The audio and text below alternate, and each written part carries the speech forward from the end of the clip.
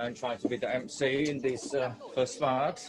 I cannot blame for the traffic in Ho Chi Minh City, but actually we have an issue there. Let me cover for MC in this first part. I'd like to introduce the distinguished guest joining us in today's event. In fact, this is a new experience for us. It's our first time to organize a online meeting like this, and it's different from offline event, obviously, and sorry for any inconvenience. I'd like to welcome the participants, Associate Professor Nguyễn Thế Kỳ, Chairman of the Theoretical Artistic Council and President of Voice of Vietnam, Associate Professor Phan Thanh Bình, former Chairperson of the National Assembly's Committee for Culture, Education, Youth and Children, Madam Hoa, Vice Chairwoman of the National Assembly's Committee for Culture, Education, Youth, Adolescents and Children, former Ambassador, and Deputy Minister of Foreign Affairs Phạm Quang Vinh, Nguyễn Minh Tiệp, Director of the Party Central Committees, Education Committees, Culture Division, Nguyễn Phương Hoài, Vice President of the International Cooperation Department of MO Culture and Education, and Marie Damore, Consul General of the United States to Ho Chi Minh City. We also have a guest from various cities and provinces. Ms. Vân Thị Bạch Tuyết, Deputy Chief of National Assembly's delegation in Ho Chi Minh City. Vũ Thị Thu Thủy, former Vice Chairwoman of Quảng Ninh Province People's Committee. Hoàng Tùng, Chairman of People's Committee of Thủ Đức City. And people in Ho Chi Minh City might struggle a little bit due to the traffic condition. Mr. Trần Thu Thế, Director of Culture Sports Department of Ho Chi Minh City. Nguyễn Thị Ánh Hoa, Director of Ho Chi Minh City's Tourism Department. Nguyễn Bình Minh, Director of Saigon Tourist. We have invited those distinguished guests to join us from the Vietnam Film Development Association, Dr. Ngô Phương Lan, Chairperson. Lê Minh Tâm, Director of Bright Era, Vice President.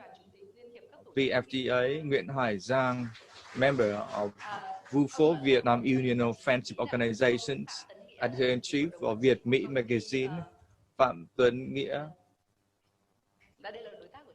It's our partner organization, Chairman. Sorry for not having your full position announced. From MPA, our president in Asia Pacific, Belinda Louis, cannot be here online, but offline, but she will join us online shortly.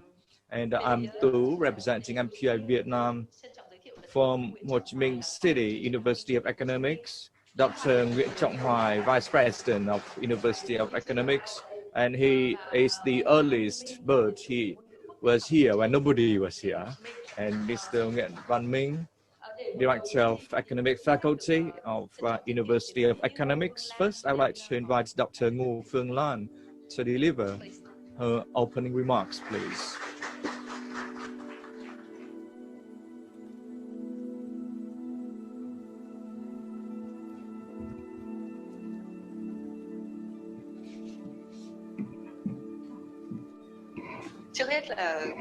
First, once again, I would like to represent the organizer to say, sorry, I do apologize for the delay today. Your Excellency, Mr. Nguyễn Thế Kỳ, Head of the Central Literature and Art Critic Council, VOV President, Mr. Phan Thanh Bình, former Chairman of the National Assembly's Committee for Children, Education, Youth and Children, Madam Hoa, Vice Chairwoman of the Committee, Your Excellency Mary Delmore, Consul General of the U.S. to Ho Chi Minh City, and Belinda Louis, President and Managing Director of Asia Pacific MPA, Professor Dr. Nguyễn Trọng Hoài, Vice President of Ho Chi Minh City University of Economics, representatives from various agencies at central levels and in Ho Chi Minh City in Quảng Ninh Province, distinguished guests, filmmakers in Vietnam, the US, and other countries. Ladies and gentlemen, it's my great pleasure and honor to open this workshop focusing on Vietnam film industry, developing a sustainable and internationally competitive screen industry. This is a very interesting topic, and we are going to have a lot of opinions from various sides. First, on behalf of Vietnam Film Development Association, I'd like to thank Motion Pictures America MPA for your initiative. And thank you, Motion Picture Association, for your physical and spiritual support in the organization of this event. My appreciation of University of Economics Ho Chi Minh City and the Academy of Linguistics and International Studies. Thank you, VTV and Vietnam Airlines for sponsoring this event. Ladies and gentlemen,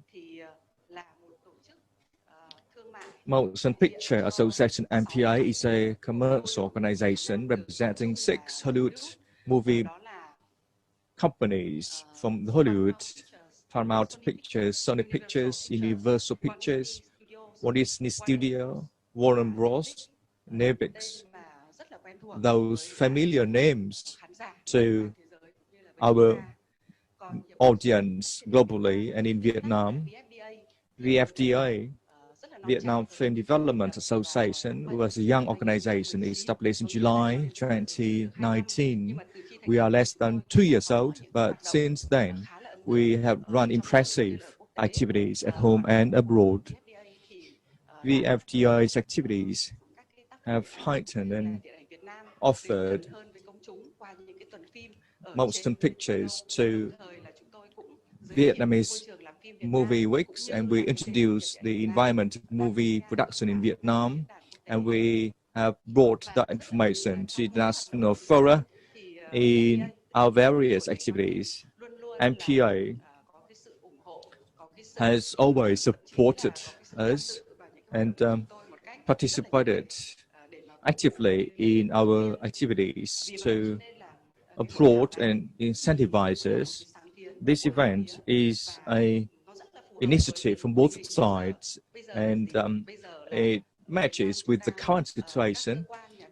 In particular, in Vietnam, Vietnamese agencies are drafting amendment to the cinematographic law, and we have new rules and regulations in line with the development of the film industry. This is very important, and it's great to see that in Vietnam, it's the first time we have an online workshop with widespread participation with the key organization representatives in Vietnam.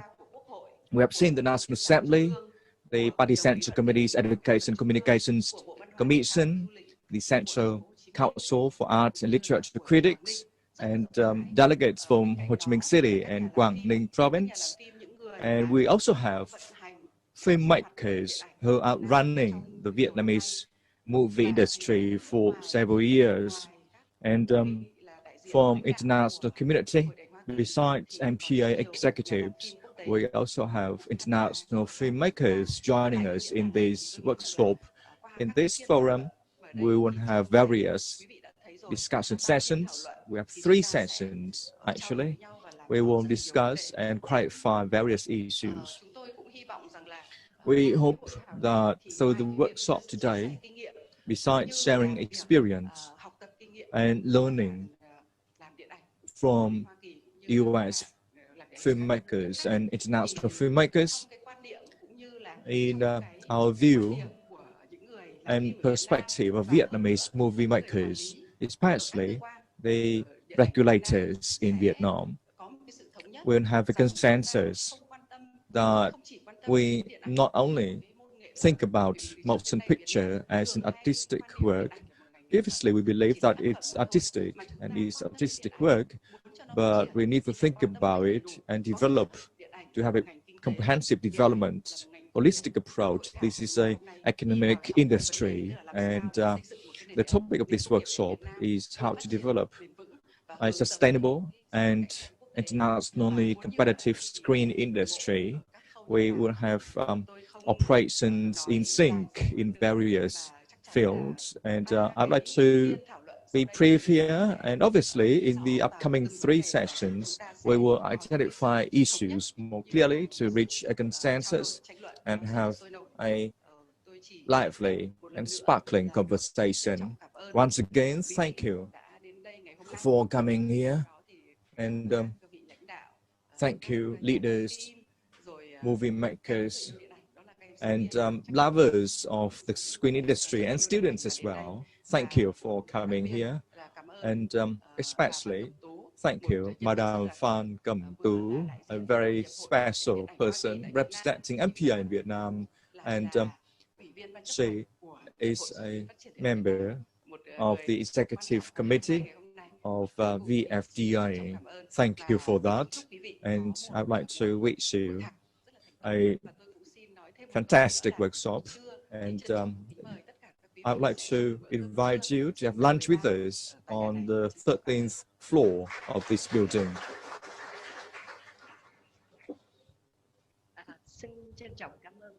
Thank you, Dr. Ngô Phương Lan.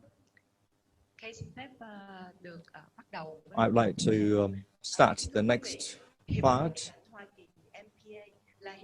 Motion Picture Association, MPA, representing 6 movie makers in Hollywood, Paramount Picture, Walt Disney Studio, and so on. I would like to invite you to watch Belinda Louis, President and Managing Director, Asia Pacific MPA, please. Thank you for that kind introduction, and hello everyone. I'm Belinda Louis with the Motion Picture Association. This past year has presented many challenges for all of us, and we appreciate that many people in the creative industries have struggled to maintain their businesses and to pursue their passion. Our hope is that we can all play a part in finding ways to stimulate the screen industry, to keep people working, and to deliver quality content for audiences to enjoy. The good news is that people love content, whether it's content in theaters, on TV, or through a streaming service. Vietnam's box office in 2019 reached $178.5 million, indicating that audiences are turning out for feature films. And research suggests a huge demand for fresh quality content, particularly on streaming services. Revenues from films and television shows streamed on video-on-demand services for 22 countries in the Asia-Pacific region is projected to reach $54 billion in 2026, up by 90% from $29 billion recorded in 2020. Those are substantial numbers and strike a note of optimism for all of us working in this sector. Vietnam has an opportunity to enjoy the economic benefits promised by this growing screen entertainment industry, and an opportunity to share your wonderful culture with the rest of the world. Over many years, the MPA has had the pleasure of partnering with the local film, television, and streaming industry in a number of film workshops, screenings, and pitch competitions. And through these events, we have discovered an incredible depth of talent, innovation, and creativity here. Vietnam's filmmakers have an opportunity to produce great shows not only for the sizable domestic audience, but for viewers across the globe who are excited to immerse themselves in diverse, exciting stories. Today's film workshop brings together Vietnamese and international industry professionals to help identify how to develop a sustainable and internationally competitive screen industry in Vietnam. I'd like to thank our wonderful partners, the Vietnam Film Development Association, and in particular, Madam Lan, for all of the hard work to put this event together. I'd also like to thank all of the speakers for contributing your time and expertise to the panel sessions. Have a terrific workshop, and thank you.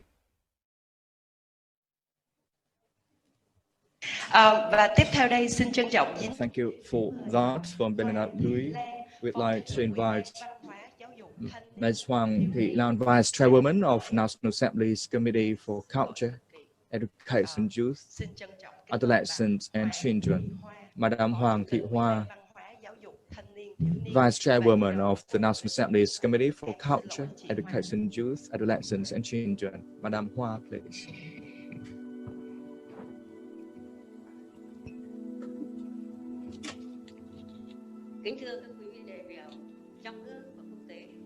Distinguished guests, domestic and international guests, it's my great pleasure to join this workshop. It's a meaningful event as Vietnam is revising and having amendments to the film law.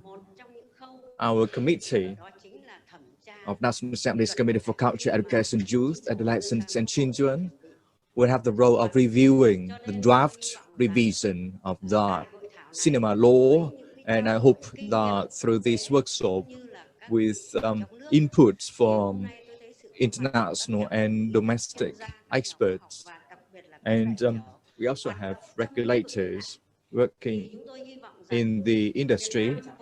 I hope that Vietnam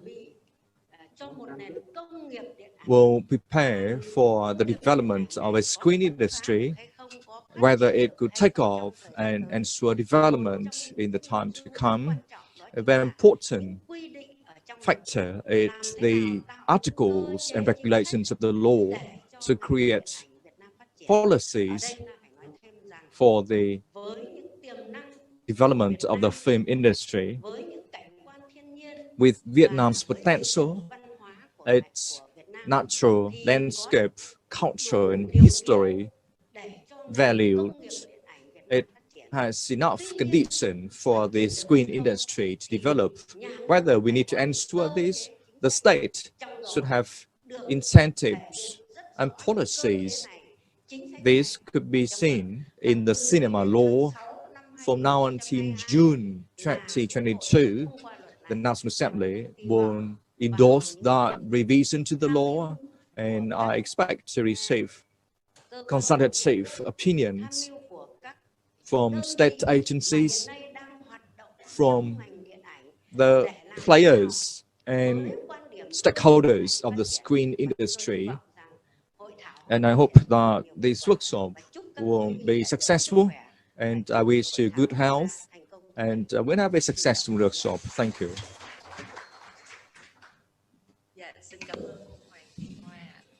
Thank you, Madam Hoa.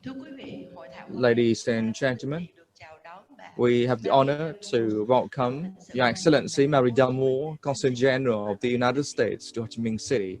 Welcome.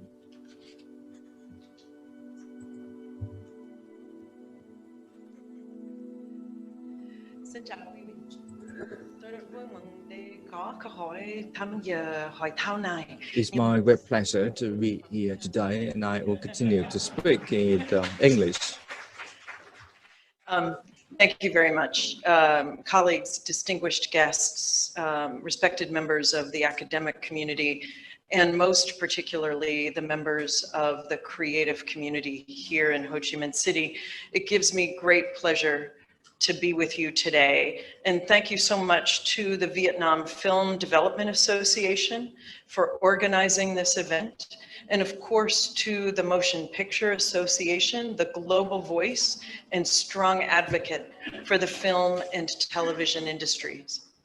It's a real pleasure to be here today among so many creative and talented professionals.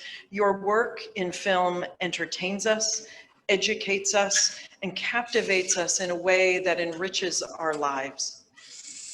You tell stories and connect us to each other. Movies, television, and other media platforms promote understanding for all of us to better appreciate each other's cultures and broaden our perspectives on the human experience. Your industry is also critically important to Vietnam's economic growth and development, as we heard Belinda Louie talk about earlier. Vietnam is on the cusp of a creative economic boom, not only in the film and television industry, but also cutting edge animation, video games, applications, e-commerce, and so much more are all taking off here and attracting global attention as well as financial capital. As Vietnam continues to move toward a high-tech, knowledge-based economy, creative industries like film, music, software, and design will drive future growth and employment, especially here in Ho Chi Minh City. But investments in innovation are always risky, precisely because they are new. Innovators and content creators know that many of their ideas will fail. Therefore, they have to have confidence that they'll be able to benefit from the ideas that do succeed. That's why protection of intellectual property matters. Effective intellectual property protection mechanisms ensure that innovators in our creative industries earn the money that they deserve for the risks that they take. Without strong IP protection and enforcement, piracy and counterfeiting will help criminals thrive. They, not the artists, will benefit. Creative content protection is especially important in the digital age. Global digital piracy costs the US film and television industry at least $29 billion every year, according to the US Chamber of Commerce Global Innovation Policy Center. Digital piracy of creative content is increasingly global and requires that governments and law enforcement work closely together to identify and punish those who knowingly infringe on copyrights for commercial gain.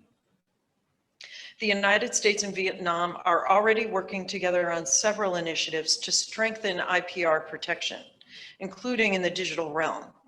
The US mission to Vietnam has organized several training and capacity building workshops where experts from the Department of Justice and the US Patent and Trademark Office engage directly with their Vietnamese counterparts and share their experiences and their perspectives on creating and enforcing a robust intellectual property regime. But there's still a lot more work to be done. If we want to foster innovation in Vietnam's creative industries and beyond, we need to maintain a vigilant stand against intellectual property theft. The United States will continue to be a strong partner in Vietnam's efforts to develop and improve laws that protect all of your amazing talent. And we look forward to deepening our cooperation to enhance intellectual property rights, both in the creative industry and across the board. So thank you so much for inviting me to join you today. It's been a real privilege. Xin cảm ơn tất cả các quý vị. Cảm ơn nhiều. Xin cảm ơn bà Marie Damour. Thank you, Your Excellency, Madame Marie Damour. Next, I would like to invite Your Excellency, Ambassador Phạm Quang Vinh, former Deputy Foreign Minister and Senior Advisor of Vietnam Union of Friendship Organization.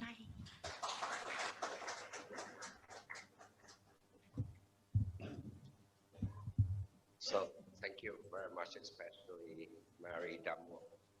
Great to see you again, but let me speak in Vietnamese. Trước hết tôi rất vinh dự được đến dự cuộc hội thảo này và It's my great privilege to be here and thank you, Madame Nan and MPA. I personally coming here to pledge my continued support to cooperation between Vietnam and the US. Screen industry is the new thing, but Vietnam-US relations is what I wish to continue to develop, especially in motion picture with the Vietnam-US bilateral cooperation. What we have achieved will continue to be elevated in motion picture. And here we perhaps have a lot of things to focus on. But first, this is an industry. Second, it's in the cultural exchanges process, and this is a global trend. And in those three things, both US and Vietnamese screen industry will have a lot of potential to share and cooperate. We have a lot of strengths, and we have a lot of cooperation with various countries, including the US, but to become an area of cooperation between the two countries, movie makers and distributors. And I wish that it would be an area to promote governmental cooperation and people-to-people cooperation and exchanges as well. Vietnam itself is in a robust transition in reform, in international integration, and in enhancing our technological capacity. In those three things, the National Assembly is about to endorse amendment to the cinema law, and Vietnam Movie Association and relating partners, including the MPA, please contribute your input, information, and comments from your screen industry perspective so that we would have a facilitating policy with fresh mindset, and a new mindset will create new legal and economic regulatory framework. And with this workshop, this is part of cooperation between Vietnam and the US. I personally believe that, and I think Madame Marie Damour would support us in bilateral cooperation in this regard. Thank you, and I'd like to wish you a successful workshop. Thank you, Ambassador Phạm Quang Vinh. Ladies and gentlemen, I'm going to invite Professor Dr. Nguyễn Trọng Hoài, Vice Rector of Ho Chi Minh City University of Economics, to deliver his remarks.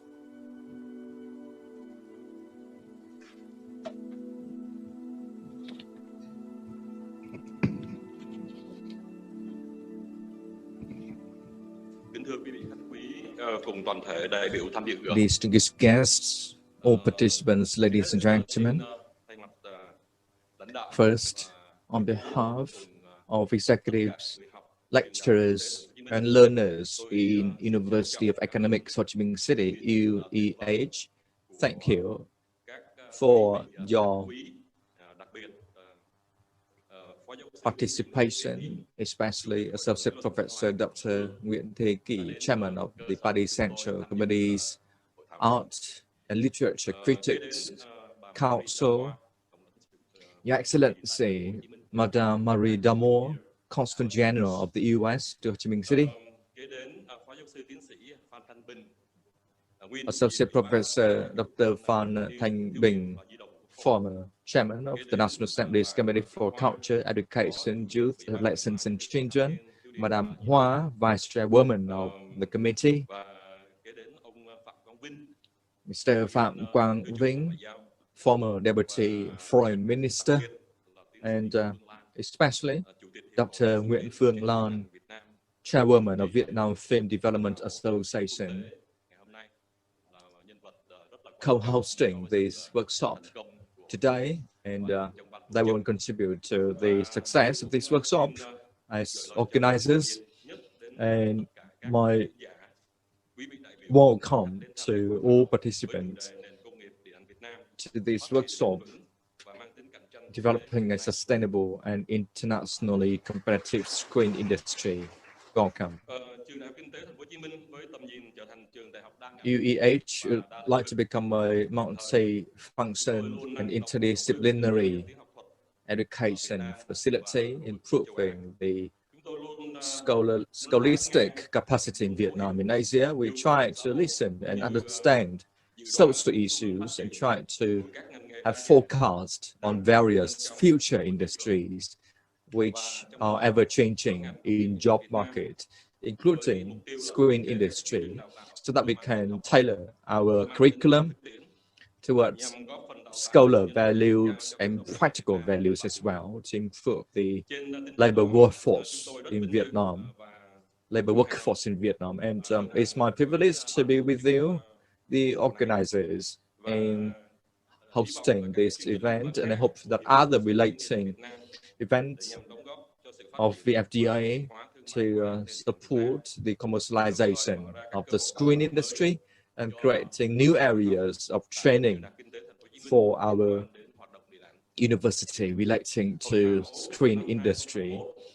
This workshop in 2021, developing a sustainable and internationally competitive screen industry in Vietnam, with the expectation, efforts, and initiative to have products in line with the local and international trends and integration to improve our industry's competitiveness. Of course, we have challenges and opportunities. When the event is held in Campus B, UEH, we are one of the highly acclaimed university in the region, and I hope that through the workshop with 3 sessions, will map out new initiatives and program of actions to develop Vietnam's movie industry, as well as cooperation opportunities between us and the industry. We have lecturers, experts, trained with international standards at home and abroad, gathering a network of world researchers. We expect to have more opportunities to cooperate with you in the future through discussion and other future activities. On behalf of UEH, my deep gratitude to your interest and your special support from relevant agencies of the government and associations, especially the organizers' efforts to hold this event. I would like to wish you a successful workshop. Thank you.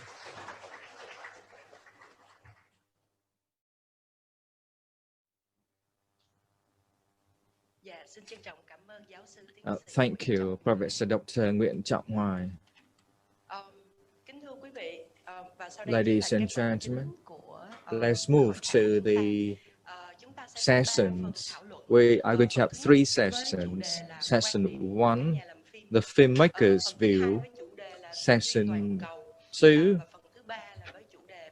thinking globally. And session 3, protecting what's most valuable. It's my privilege to be an MC today because I'm part of the pool of young movie makers, and I hope that this is a place of similar faces, and I mean familiar faces, and this could be an impetus for us to have sparkling conversation. And this is a very special day. We have lawmakers here who have keen interest in the industry and representatives from both Vietnam and US industry associations. And this is an opportunity for young movie makers and veteran movie makers as well to share views. Let's start with session 1, the filmmaker's view. We're going to have 3 speakers. Charlie Nguyen, Vietnamese American film director, screenwriter, and producer. Mr. Nelson Mook, Director, Advisory Film Group. And he's going to join us online. And Mr. Phan Đăng Di, Writer, Director, and Producer. Oh, sorry, Mr. Z is not here, so only Charlie Nguyen will be here on the Presidium, and facilitator will be Ms. Phan Cẩm Tú, Vietnam representative of MPA, please.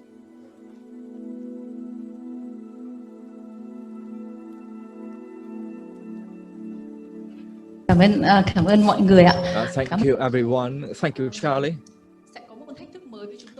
This is a French challenge as well. We have about 50 minutes of discussion, but due to some delay and agenda change, we try to be precise and concise and be interesting as well. Vietnam's screen industry has seen positive development where movies capturing the interest of millions of viewers coming to the box office with movie with hundreds of billion Vietnamese dong of revenue. And this is very encouraging. And the question is whether Vietnamese movie makers should focus on both commercial and artistic and cultural movies yet. And is it the time yet? I'm pleased to welcome Charlie Nguyen, who has been very famous for commercially successful movie like Little Town and J Belt and so on. Very successful film director, screenwriter, and producer. What should be the key factor for a developed screen industry?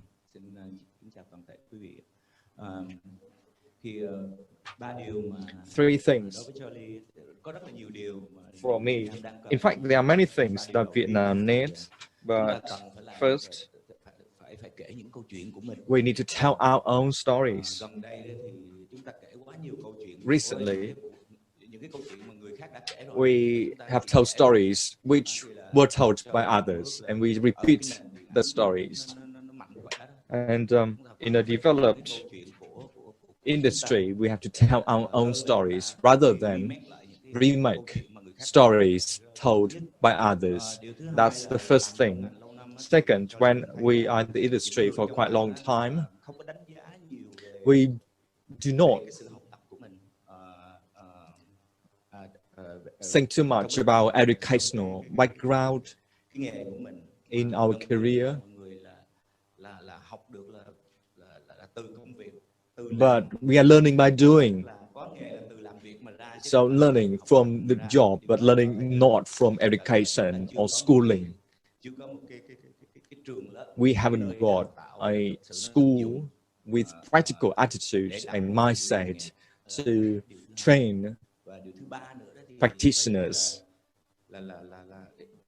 And thirdly, when we are making movies overseas, they have a very good quality team.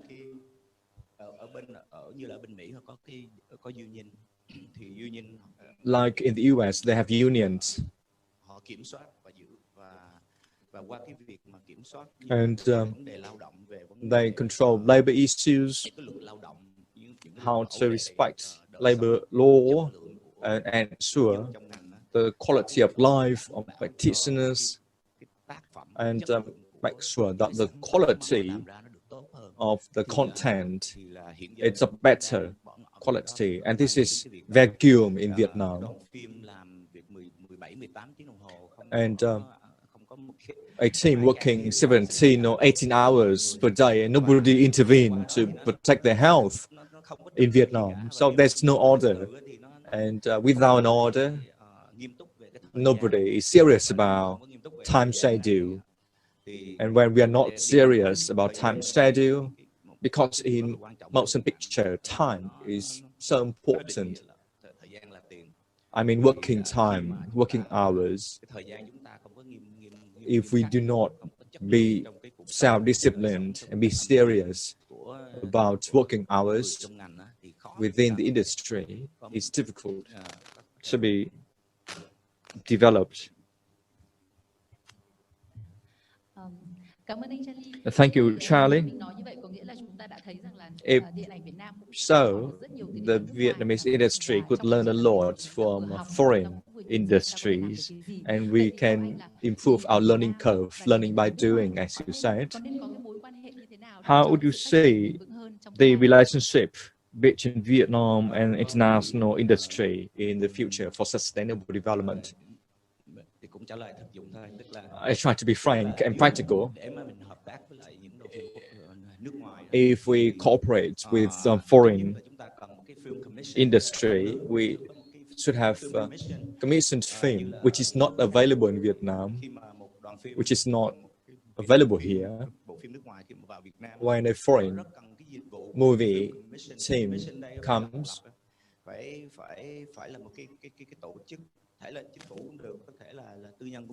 we could have an independent organization.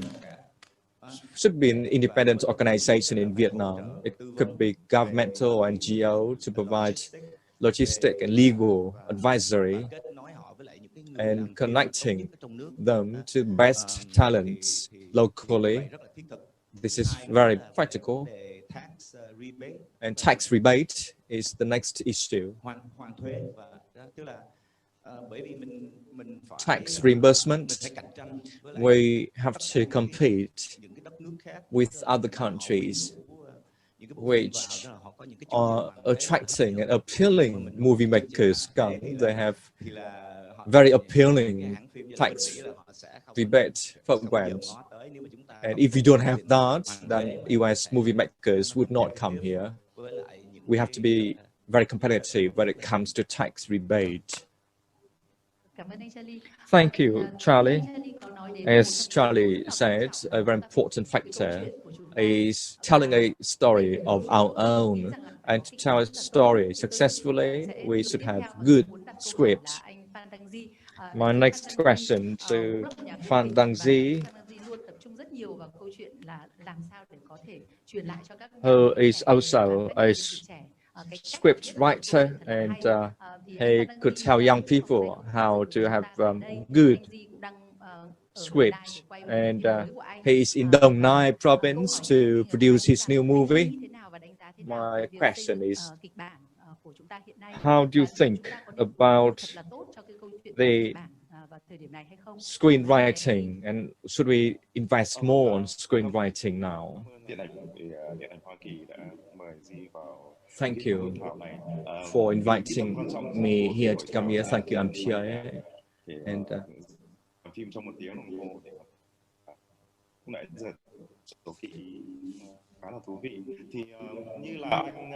as Charlie has indicated, towards a competitive industry, we should develop a pool of professionals with good background, with talent.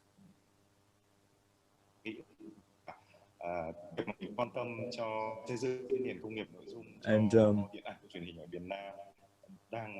we understand that this is an issue in Vietnam's film industry. A good movie starts with script, with carefully made content and effort. In my personal observation, in Vietnam, investment in script, it's a little bit weak, and our solution is not long-term. We need to improve the quality of content makers. But in Vietnam, we try to rely on foreign movies instead to be competitive and having our own voice, so that we are Vietnamese industry, then nothing else we have to focus on development of content development, and when we want to attract our partners for screen industry development,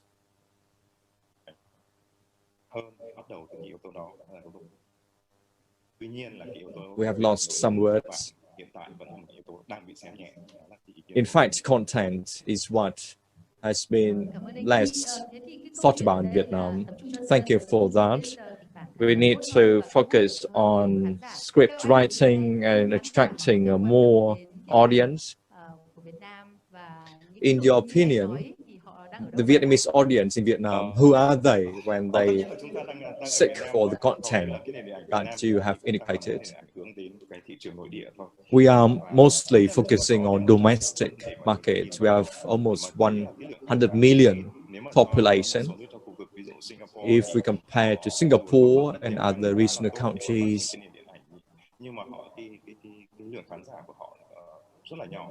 they have a much smaller pool of audience locally.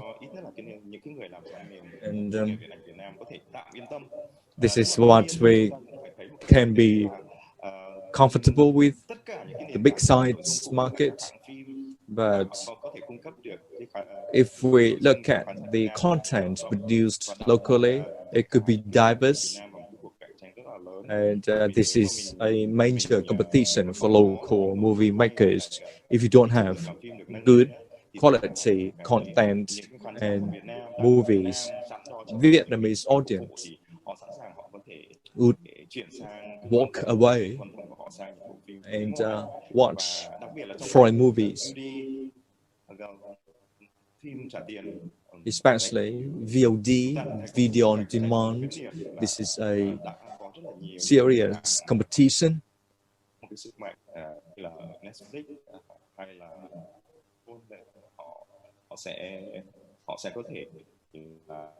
Of course, without good content, the audience may walk away from the local industry.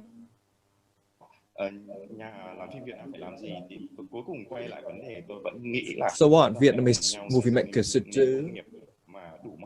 We should develop a good industry by focusing on training and having more investment in key phases such as script writing and diligent payment and salary, sufficient allowances to script writers, and it depends on each country situation.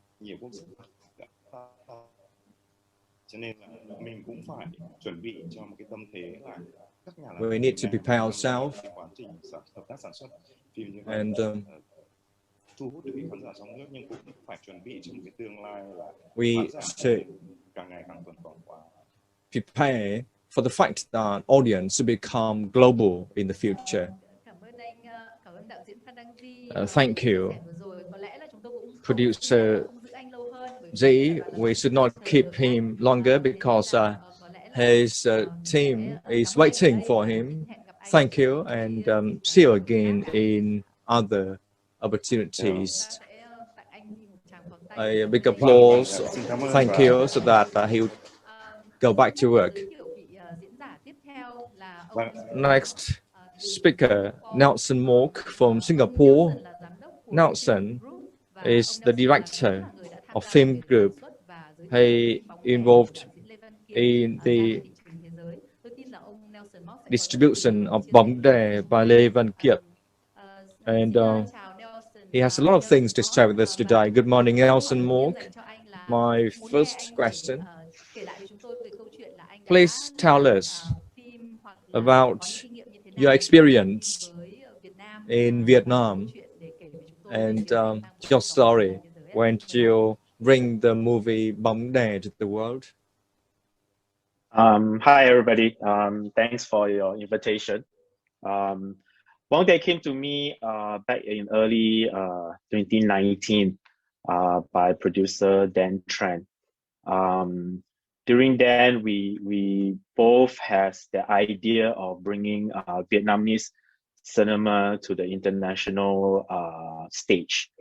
And so we sat down crafting the script, trying to get a very local story that is set in Hue An, and then with an international appeal, in this case, sleep paralysis, which is very universal, it cross-cultural, it cross-language. Most cultural of people, they all have sleep paralysis and they have their own story to tell. And after that story, after it was crafted, we went on into getting the financing structure in place, and then we moved to the marketing and the sales of the film. We launched The Ancestral late in 2019 at the American film market in Santa Monica. It was tough. I mean, I'm not going to sugarcoat it. It's not easy to convince international distributor to take a chance on a Vietnamese movie, because they are not familiar and they are not widely exposed to Vietnam cinema. Thankfully, the buyer were impressed by the look and feel of Kiet's previous movie, which was Fury. That gave them some confidence and understand the tone of Kiet's filmmaking vision. So ultimately, we managed to sell only the theatrical rights for all of Southeast Asia, Australia, New Zealand, Middle East, Taiwan, and Hong Kong. The reason why we only sell the theatrical rights, because I strongly believe that in order to grow the Vietnamese cinema, you have to go through the traditional route of going through the theatrical in all this territory, so that the distributor will invest advertising, publicity, money to promote the film. We want the audience in all these territories to expose to Vietnamese cinema, so that if they enjoy Ancestral, they will ask for more content. This is what we want to do. We don't want that the first step of the film and went directly through an international platform first, because theatrical is really the way to grow an industry, especially for Vietnam, which is a budding industry that has so much potential. Thank you, Nelson Mock. I understand that you have other information to share, and you also have a trailer of Bóng Đè. Are you ready to share your trailer? Yes, it's my privilege to present to you a brand new trailer of The Ancestral. You are the first audience in the world to see it. I hope you enjoyed it as much as we do producing it. Thank you. Thank you, Nelson Mock.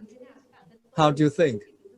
I myself, I'm very pleased to be the first to see the trailer. I'd like to ask you just one more question. With your experience in Vietnam, in distributing Vietnamese movie abroad, what is your comments of that Vietnamese movie could be both commercially and artistic values available in their movies? I think for a Vietnamese movie to be successful overseas, first it needs to be successful locally, because what international buyers are looking for is like, what is the highest grossing movie in Vietnam? Those will capture the attention of the international buyer as well as audience, you know, and those you need publicity that either come out initiative from the government or the filmmakers themselves that interacts with international publication like Hollywood Reporter, Variety. As of now, I hardly get to see a lot of Vietnamese box office news from abroad. I feel that it's like through this process of developing Ancestral, sometimes we need box office numbers to research, like what genre works, what doesn't. All this analysis of this box office helps a lot with our decision making of how we want to craft our story, what genre to use, even down to the casting condition. So having a reliable box office that is available, let's say online, to the public is very useful. I can give you an example. For example, Korea. You can find the daily box office on their KOFIC website. KOFIC is their Korean Film Council. So every weekend on a Monday, you can always find their box office.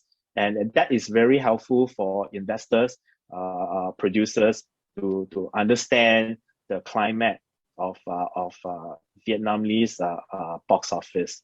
So it is something I feel that currently what you need.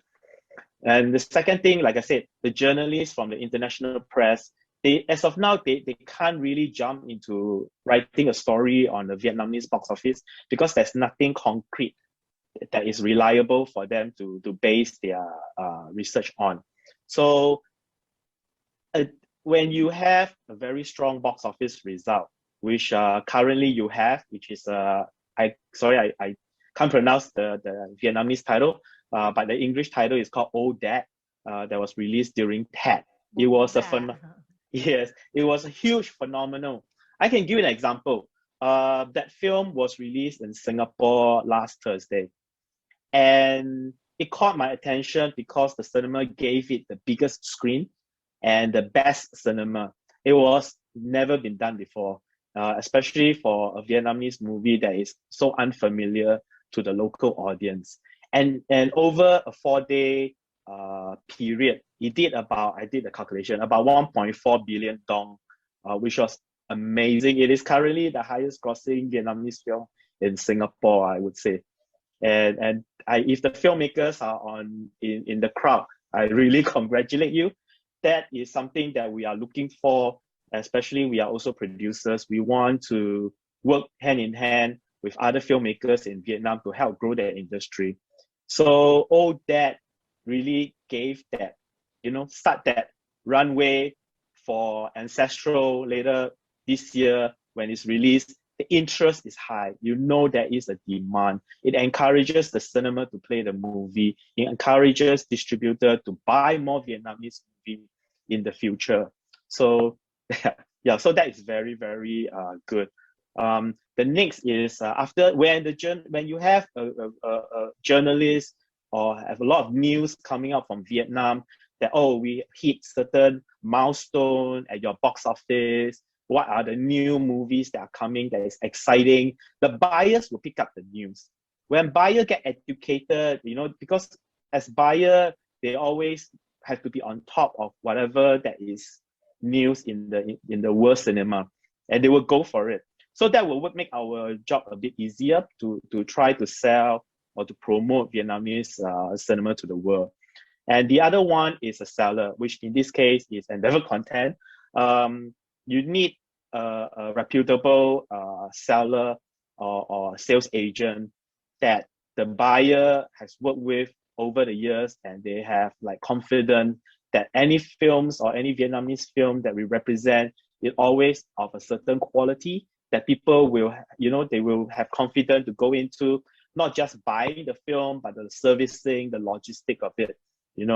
We usually, what we do when the trailer that you saw is edited by us, and we gave it an international appeal, the film. There are two types of trailers.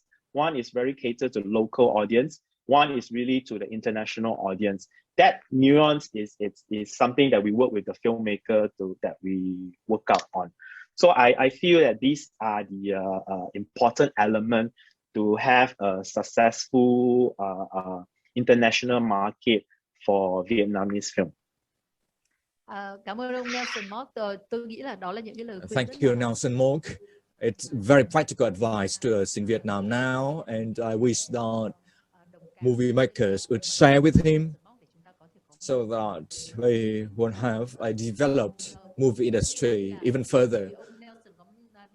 Nelson has talked about Korean film industry, and in fact, I forgot to introduce, we have KCC representative Park Kim Jong, Chairman Park, who is also here with us in this room, representing Korean movie theater industry. One more opinion from one representative from Vietnam Movie Department, Ms. Lý Phương Dung, Ministry of Cultures, Department of Cinematography. Some perspective from policymakers, please. Distinguished guests, ladies and gentlemen, I have 2 minutes, so that I'm going to talk very briefly in the draft revision of the cinema law drafted by the Ministry of Culture.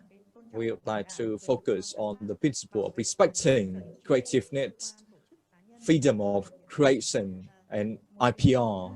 This is our first principle. Second, supporting industry has to respect market principles and Vietnamese international commitments and treaties. One more thing is we need to get rid of business conditions and administrative procedures that were available in the previous version of the law, which are no longer relevant. This will improve the film industry development in Vietnam. And if you register, you operate under business law, and there's no other application of license for business condition for making movies. So one license removed. When it comes to procedure, if you cooperate with foreign partners, we plan to remove requirement for licensing when it comes to co-production between Vietnamese and foreign partners. We only have license for foreign movies distributed in Vietnam by a local agent. Then we should have a license. In the draft amendment of the law, I think there's one more thing which is quite trendy. In movie classification, we will have category for children under 13 with parental guidance. This is very relevant, supporting movie producers and distributors. And finally, there would be a regulation that foreign individuals and organizations could cooperate with local partners in cooperative agreement to set up a FDI entity in line with Vietnamese law. That is my brief update on the draft version of amendments to the new cinema law in Vietnam. Thank you for that. I think I'm so happy, similar to my first experience of the Ancestor trailer. This is our first time to listen to latest updates from the cinematographic department. With Madam Zung's updates, I'd like to wrap up the first session here. Thank you, Charlie. Thank you, Nelson Morg, for joining us. And thank you, everyone, for coming and joining in the first session.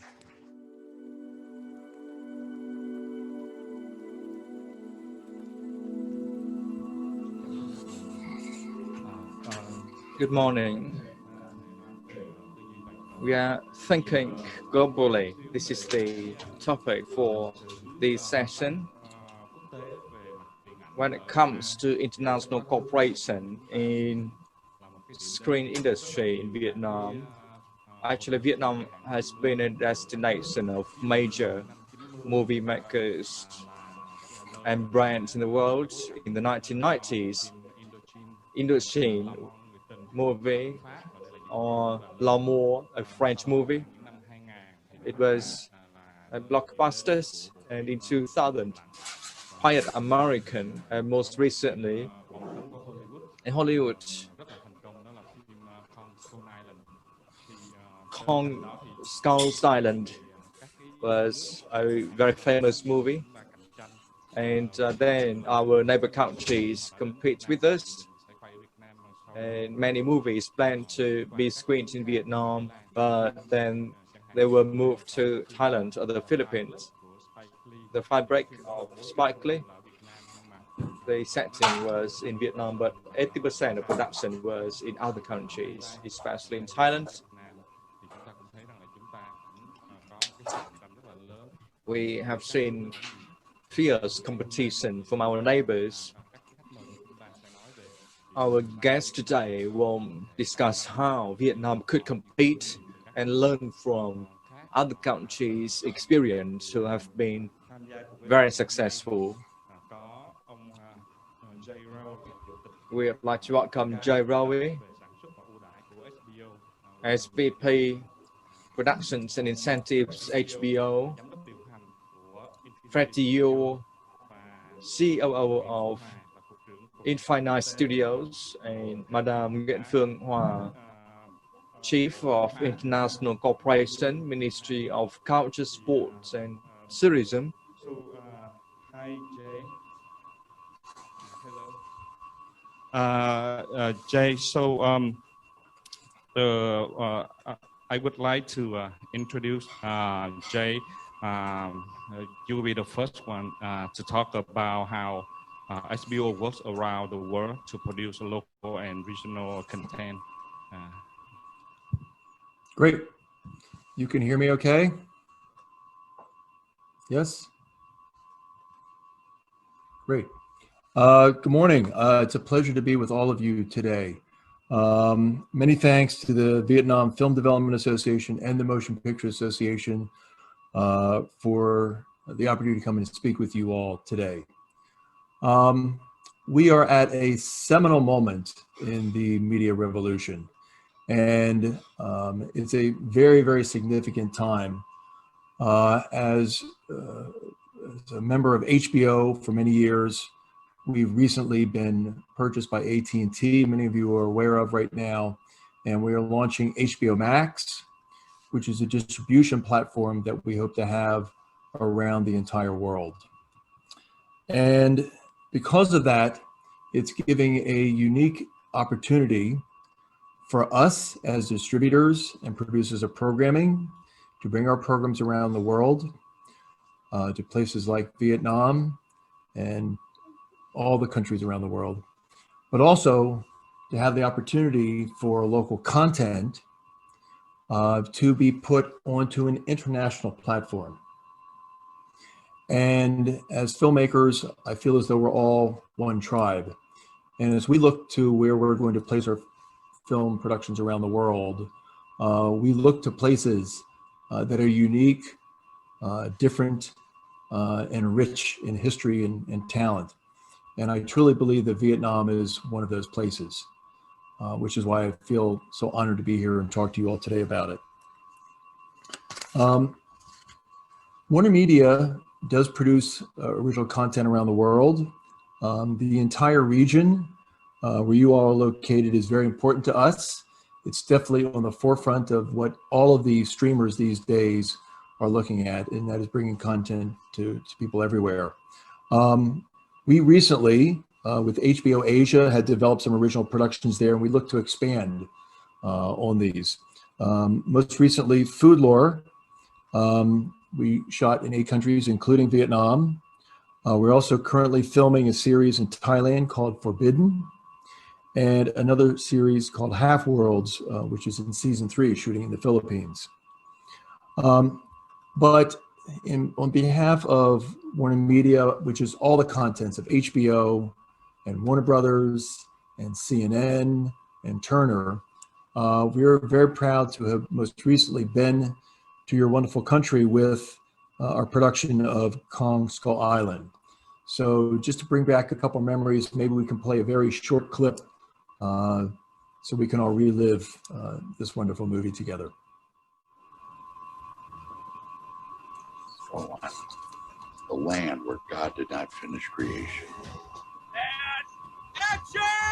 Went all over the world to try and find places that you hadn't seen on screen before. And a big, important key element was Vietnam.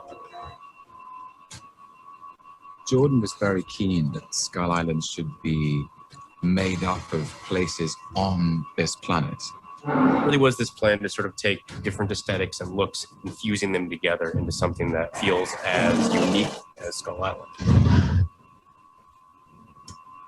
Good morning, Vietnam. How's it going?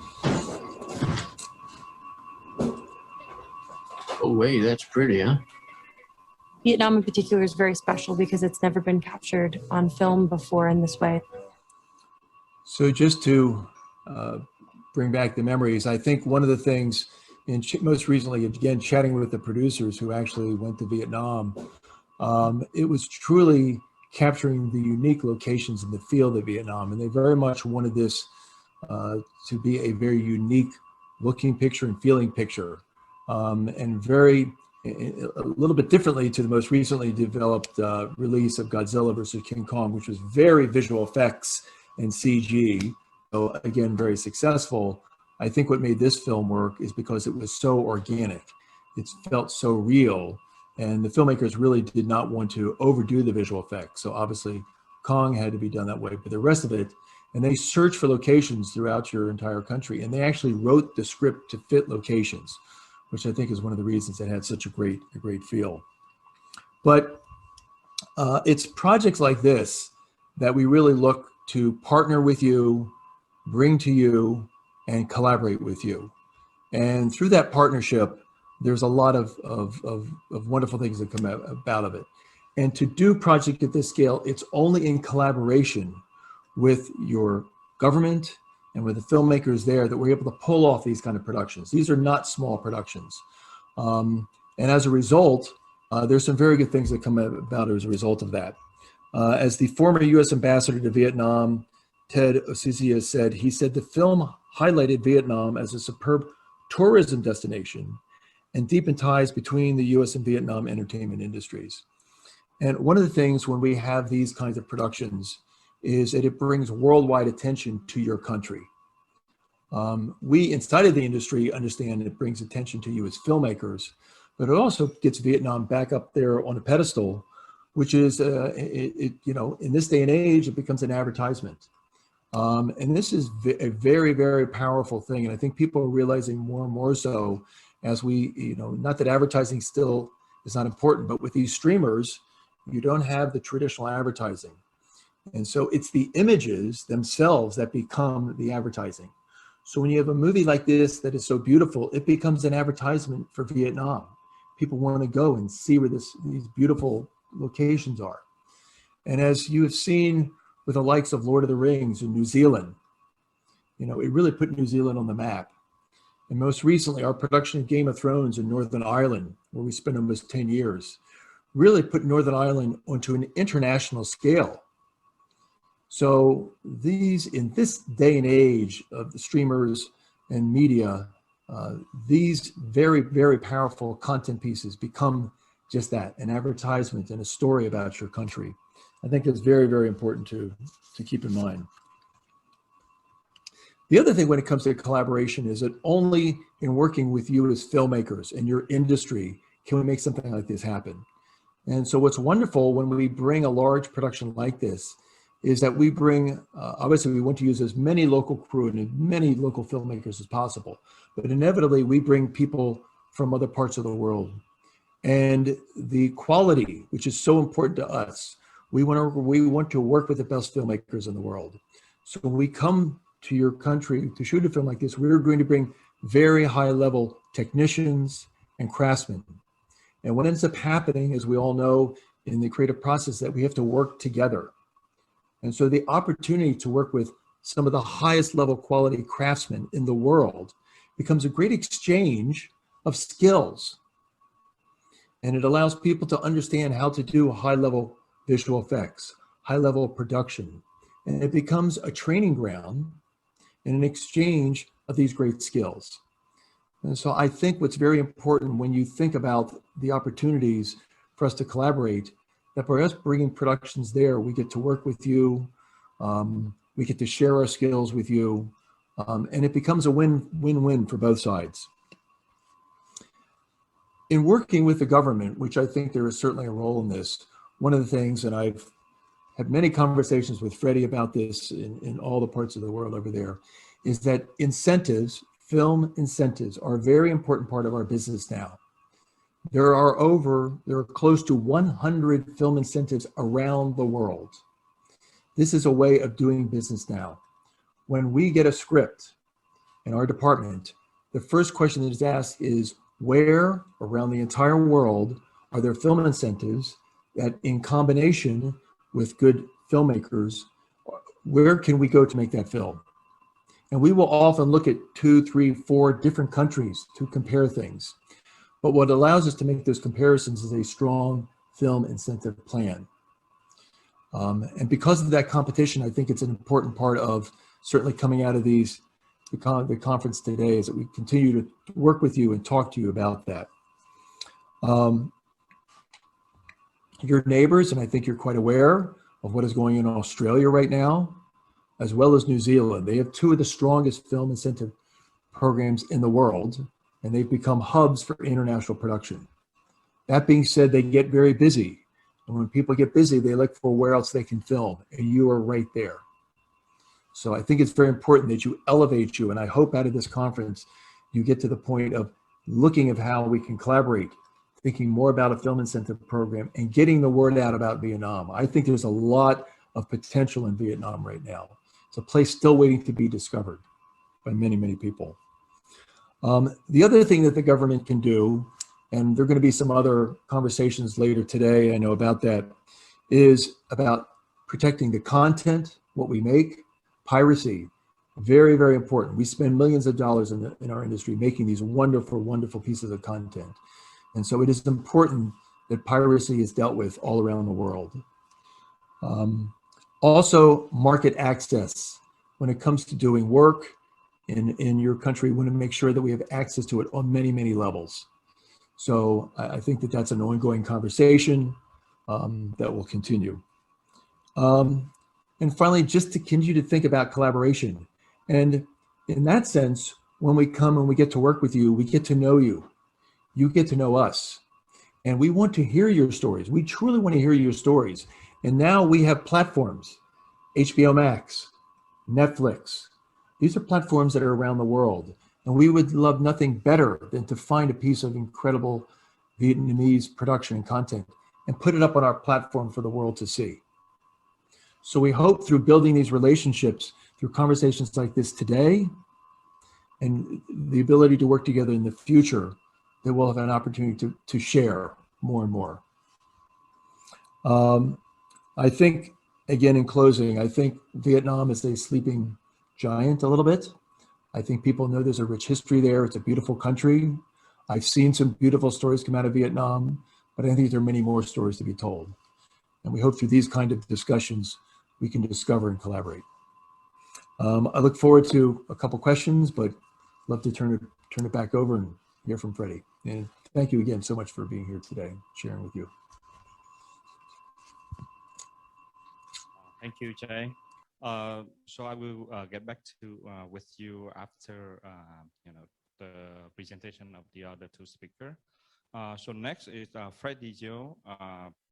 He's the Chief Operating Officer of Infinity Studios, which they host a lot of HBO movie, and then today he will talk about a case study of Singapore when they co-production with Westwood from HBO.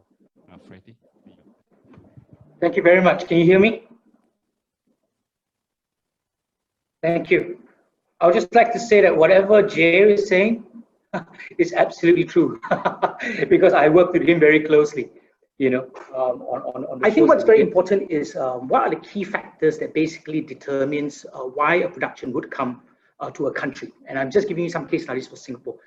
First and foremost, does the country's backdrop work for the narrative? So absolutely, for example, what Jay Roy showed earlier regarding Kong, that kind of a backdrop worked perfect. So obviously that becomes obviously a very key element. What kind of government incentives? Again, another point that Jay had mentioned. I think government incentives are very critical in this part of the world these days. What type of spend qualifies? Whether it's for local hire, for hotels, for air travel. What is the approval time frame? What is the disbursement of the funds? And even right down to the audit processes. Are there qualified local production management companies, and technical crews and resources available? And I think to this point, I think when we talk about Vietnam and we don't talk about Singapore, Malaysia, we sometimes need to talk to us about a region as Southeast Asia, not specific to Vietnam alone or to Singapore alone, because there's so many talents across in the region, and we are so linked to each other, and we just travel 1 hour, 2 hours away. So I think we need to look at it from the Southeast Asian context. Are there complicated government regulations and permits required to film on location? That is very important because there's going to be a lot of discussions. When a big Hollywood or US film series comes in, the requirements are usually more and bigger than what the local companies are used to. So there needs to be a lot of preparation, a lot of discussions and engagement with government regulators. But I think from my experience of working with the different types of shows, a lot of the time there's a certain level of professionalism. They realize that international productions come into a country and they respect the rules on the ground.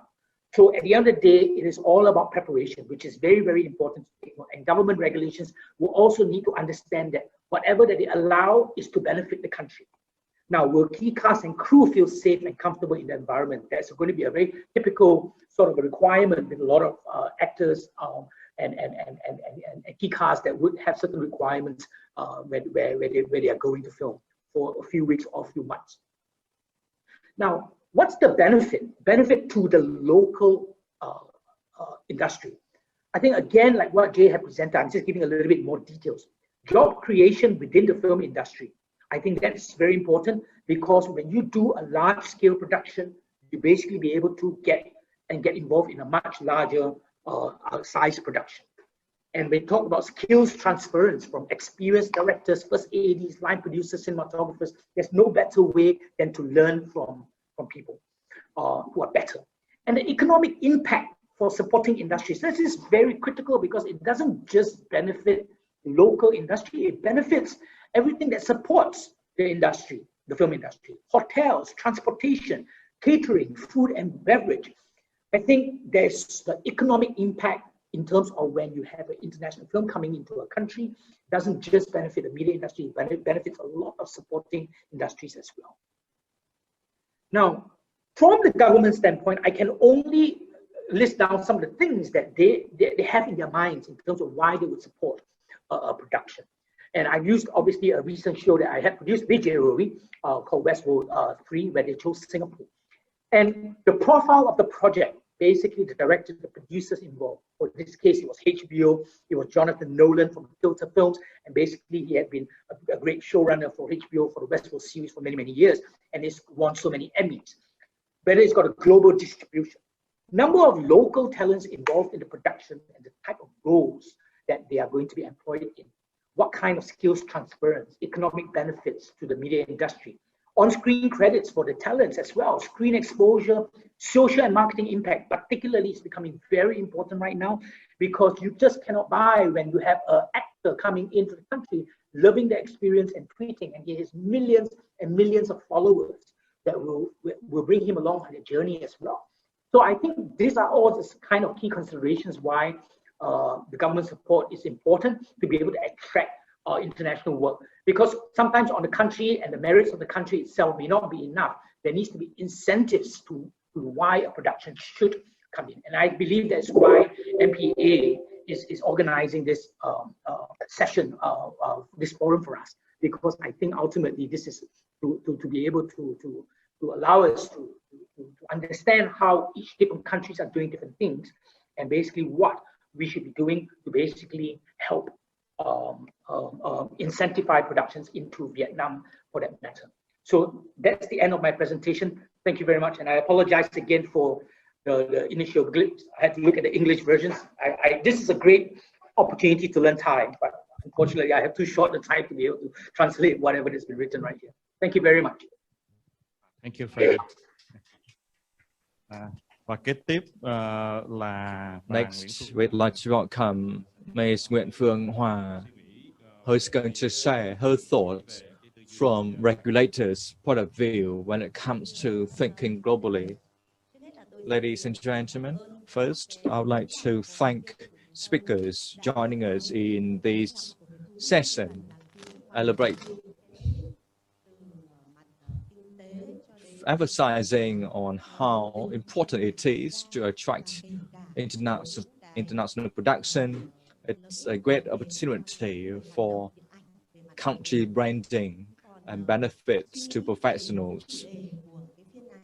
When it comes to the topic of this session, thinking globally, how Vietnam could have a sustainable and internationally competitive screen industry, I'd like to thank speakers and appreciate and share with them in session 1.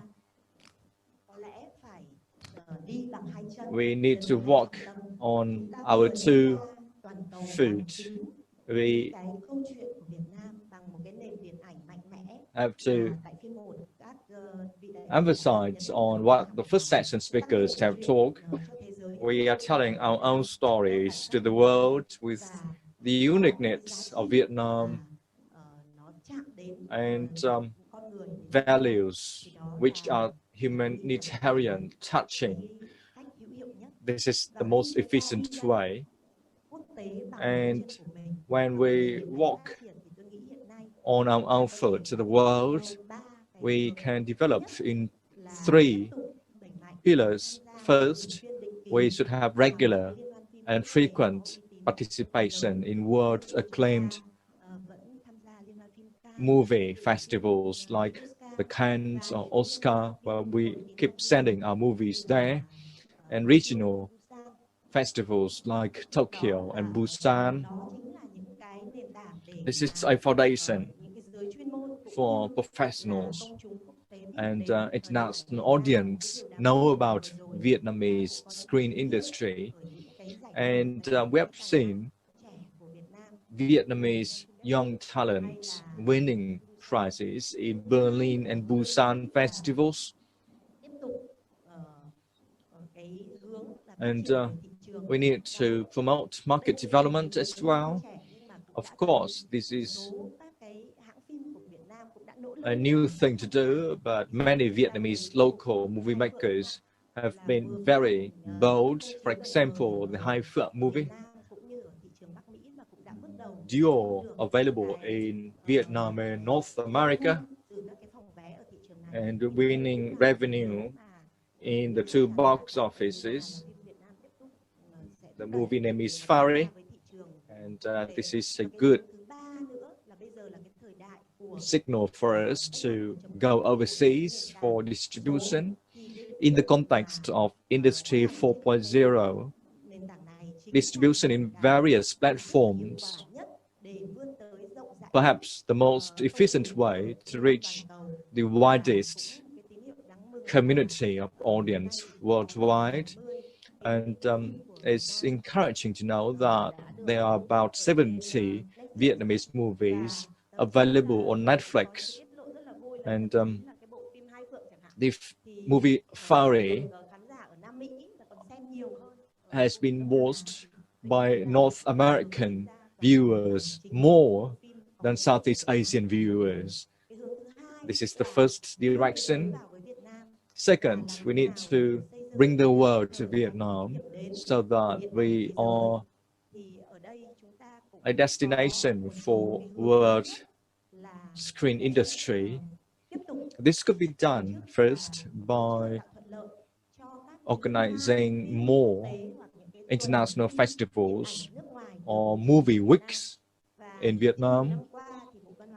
Over the past years, the Ministry of Culture, Sports and Tourism have joined hands with cultural centers in Vietnam and embassies in holding regular festivals such as European movie festivals or the Francophone, French language speaking movies week and European documentary movie weeks. This is a chance for local filmmakers to gain access to the world.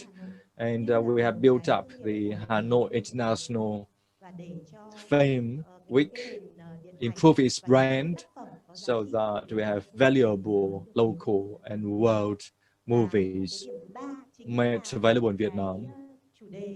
And thirdly, the topic that speakers have talked about, how to attract international major production teams come to Vietnam. And this is absolutely a favorable moment when we are revising our cinema law.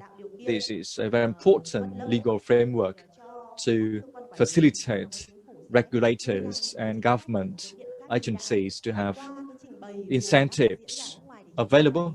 And as foreign speakers have said, Vietnam is totally lagging behind, not to mention Australia or New Zealand.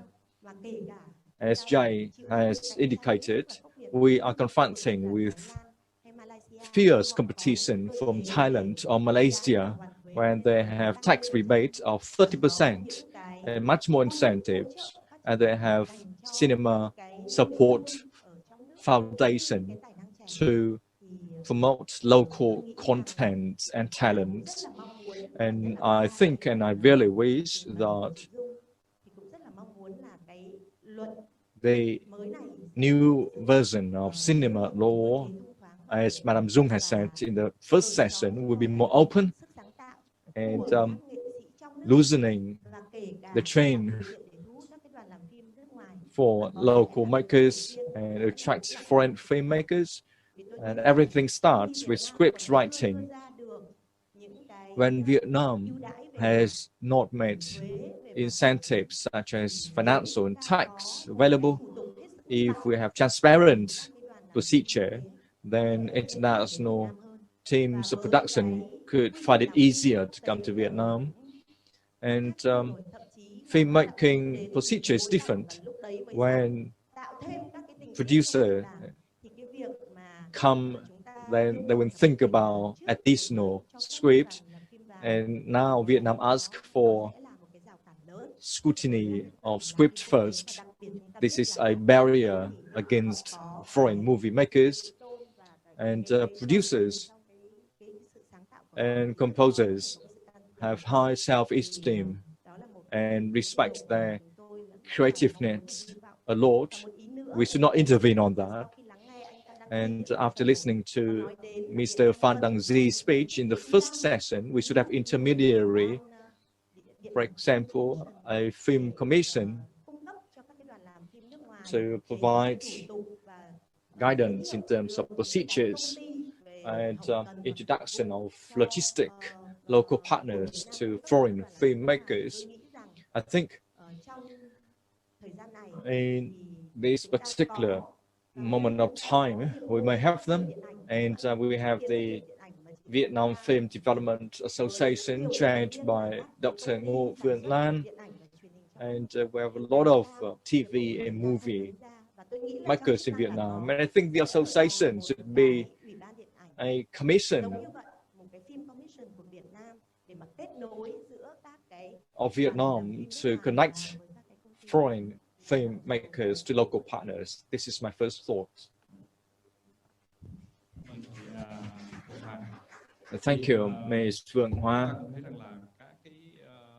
Lợi ích trong cái việc các cái production nước ngoài đến Việt Nam nó sẽ không chỉ là giúp cho các cái nhà làm phim trong nước có cái cơ hội, các cái cơ hội nghề nghiệp, mà còn nâng cao cái cơ hội nghề nghiệp của họ, và cũng có các cái tác động về kinh tế cũng như là quảng bá du lịch. Thì nhân ngày hôm nay cũng có chúng ta cũng sẽ đang có những thành viên trong chính phủ sẽ có thể có những cái tác động để mà thay đổi cho cái luật điện ảnh sắp tới. Thì mình cũng có một cái cơ hội để học hỏi từ những cái người đã rất có nhiều kinh nghiệm. Who is going to give more incentives, and we'll have more inputs from them. But first, let's go back to Jay Rowie. In your presentation, you talked about the production incentive. So I wonder, is production incentive is one of the most impact on attracting on the offshore production and co-production to a country? And what's your advice to the screen community that would have immediately effective to increase the filmmaking activity in Vietnam. Can you have some words?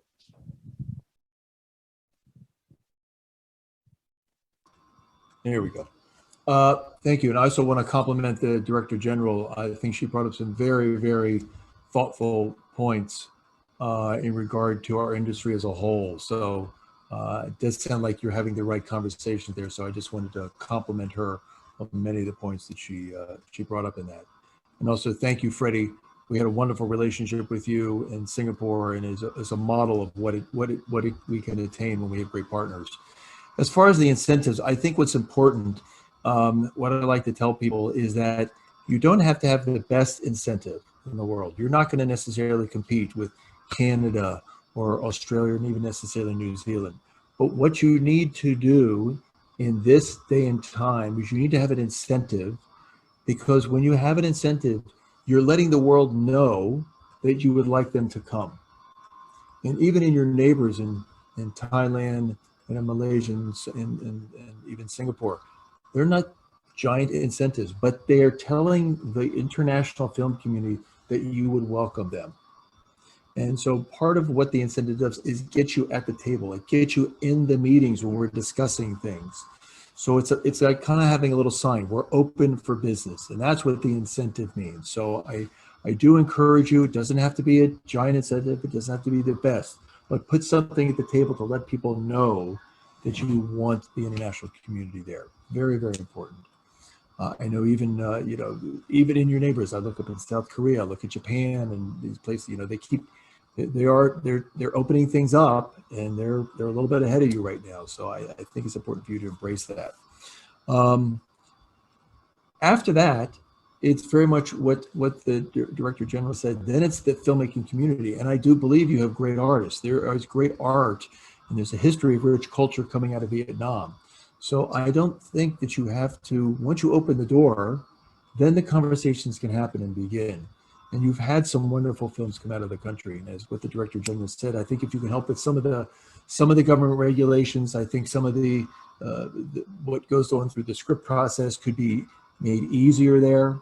But you have neighbors like Freddie. You have some great filmmakers in the region that would be able to help us come in and do that. But I think the headline is, tell people you're open for business, get that incentive out there, and people will hear. The word gets out very quickly when that happens. So thank you. Thank you, Jay, for your very amazing and relevant answer. I think we will go to the last one. Get back to Freddie. If you can give us like an advice, like how you can make all the Hollywood production keep coming back to your studio. I think what is very important for us is this industry, although it can be very big and it seems big and wide, is actually very close-knit. I think whatever experience that a production goes into a country needs to walk away with a positive experience. I think if there was any negative experience, that word will go out. Similarly, if it was a positive experience, the word will similarly go out as well. And I think that's very important. So we are as good as our last production. We can do 9 productions and did it well. If we don't do well in one, people tend to talk about a one that didn't go well, and forget the other 9. I think that's the nature of business. And I think we need to obviously be very, very improve. We need to improve all the time. But I also think that what is important is this. While we've been talking about the government providing incentives, I think what I want to do is maybe show you a quick clip of a marketing where it's a win-win situation where the government got something from its partners. And what I'll do is I'll show you a little a clip that was done for HBO for basically the Singapore Tourism Board, for the support that they did. And I think it's important that from a Vietnamese government perspective, it's not just about attracting the production to the country, but what is the country going to get as well in terms of exposure. So maybe can I just use this opportunity to show this clip very quickly? And this clip is all part of what Jay and myself have worked on. Like what Jay mentioned, it wasn't a huge incentive, but it is encouragement to say we are open for business and ultimately Jay then worked with the tourism board and basically be able to help give something back to the country. And I think this is important. So if we can just show that clip very quickly, which was played on all HBO channels. Thank you. Và đó là cũng là cái chúng ta sẽ xem cái clip của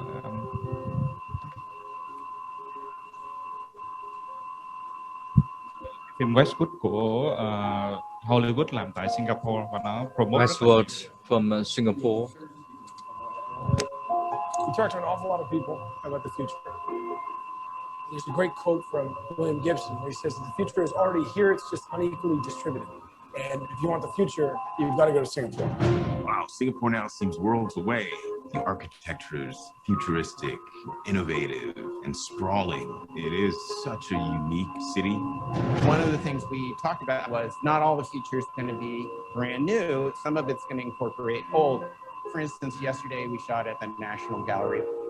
National Gallery, the old Supreme Court, what a place. They retain what was originally, from our British colonial days in terms of architecture and blended with modern, old and new within a single location. A perfect location to be able to showcase, some of our history as well. Shooting in Singapore was like going to another world. They're so advanced in so many ways. So I thought it was an amazing choice to represent what the future may look like. When we received the script pages for a tropical island, the local location team went out and scouted every single jetty possible. But when we finally saw the photos of Pulau Ubin, we realized that that was the perfect location for Bernard's journey. Pulau Ubin is a great place. I mean, it's one of our rare islands that we retain, that kind of goes back to nature reserve and wildlife. School kids to go across to Pulau Ubin, just to have a feel of what Singapore was like as opposed to cosmopolitan Singapore. Chinatown, it retained a lot of the looks of the old shop houses, and that's why you've got the kind of the old and new world side by side. It was really thrilling to be in a place that I had never been to before. It was really cool. It was great. It was great.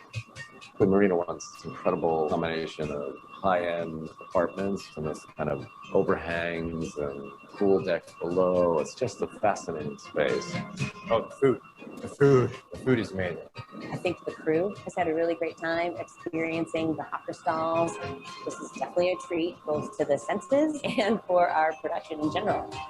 It's been amazing working in Singapore because you see a lot of beautiful intrusions of nature and greenery upon the architecture. The crews have been fantastic and everybody's worked together really well. It's unlike any other place in the world. The mix of architecture and natural elements is what makes Singapore such a beautiful place. So I think this is really important because it is not just about the country being featured in the film itself, but think about the social marketing advertising for the country, for millions and millions of audiences on a platform like HBO. I mean, you can't buy that. I think that's the kind of collaboration that would incentivize why countries would want to offer incentives, because you can create jobs and you can promote the country as well. So it's not just about giving incentives to the country. There is always that recognition of giving something back. So I think I wanted to just emphasize on that point that I think is critical. Thank you, Freddie. I just want to say thank you. Yes, we spent so much time on that, 6 months negotiating with the government. And Director General, I would love nothing more than to bring a production to Vietnam and do a similar piece for Vietnam. I hope that is in our future. Thank you, Freddie. Mình quay trở lại với chương trình đó là. Let's go back to our program. We'd like to invite Ms. Nguyễn Thị Thu Thủy, former Deputy Chairwoman of Quảng Ninh Provincial People's Committee. Ladies and gentlemen, I'm thankful to the organizers that I have found very interesting from the first moment this morning. It's very interesting for regulators, and we need to think about it seriously to have accurate estimation of the screen industry's contribution to social economic development in the whole country and one particular community. I'd like to share my thoughts first. Quảng Ninh province is a place where the government ranked as a dynamic place in Vietnam when it comes to social economic development of the past decade. We have geographical, topographic, and climatic position of a miniature of Vietnam. We have forests, borders, islands, mountains, urban, and countryside. We have a lot of beautiful places to see. Hạ Long Bay, a UNESCO recognized natural heritage when it comes to scenic view and geometric values. Trúc Lâm Jain, Buddhism Jain, which has been Vietnamized, making it closer to Vietnamese people when it comes to Buddhism. And Quảng Ninh has breathtaking scenes known by many movie makers at home and abroad. We have a lot of movies shot decades ago in Hạ Long Bay, and our production facility from coal mining to maritime vessel industry, shipping industry. In 1992, a French crew came to Vietnam for the Indochina and turning and bringing Hạ Long Bay and Vietnam to international audience. Most recently, I am thankful to producer of Kong Skong Silent. It has a lot of shots in Hạ Long Bay, very breathtaking view. As a former official of Quảng Ninh province in charge of this field, I'd like to assure you that cinema will help country and its localities to introduce its natural resources and unique cultural values through movies, and it actually brings that place to international tourists so that we can create more jobs locally, boosting social economic growth. And Quảng Ninh is of course part of that trend. And as ever before, we always facilitate and commit favorable conditions for movie makers at home and abroad to take the views of our artistic and cultural products. I'd like to say hello and invite movie makers at home and abroad to come to Quảng Ninh. We have regulators here, Ms. Hoa, and other officials, Madam Lan and Phương Hoa, and business representatives, creative partners, policymakers, and economists. And again, we have favorable conditions in Quảng Ninh. In other speakers' speeches, I find it very thoughtful how to develop the natural development of cinema according to principle without national incentives and policies. It's difficult to get rid of the current barriers. I'd like to wish everyone good health, and the world and Vietnam's screen industry will take off. Good health for all. Thank you, Ms. Thủy. To recap this session, to attract international crews coming to Vietnam, we hope to have changes in our incentives, tax rebates, and censorship policy more loosening of licensing procedures so that movie makers should come to Vietnam or return to Vietnam for future projects. Thank you, Freddie, for joining us for this panel discussion. Thank you. Cảm ơn mọi người.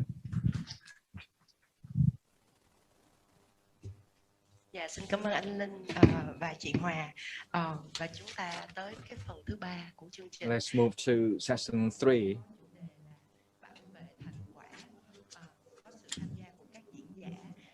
Protecting what's most valuable. We have Ngô Thị Bích Hạnh, Vice President of VFDA Vietnam Media Corps. Senior Content Production Council, Grace Chui, MPA. Yu Kui Jia, Principal Counsel, Anti-Piracy Digital Media, Walt Disney Company, Facilitator. As per External and Regulatory Affairs, Asia Pacific, AT&T, please.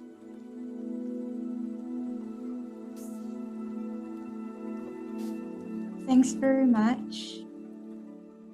Good morning to all. It is my pleasure to join you virtually. My name is Esther Pei. I am from AT&T Warner Media, and I have the privilege of moderating today's third and final panel session regarding content protection. Well, this is a really important conversation to have, as we have heard from earlier speakers.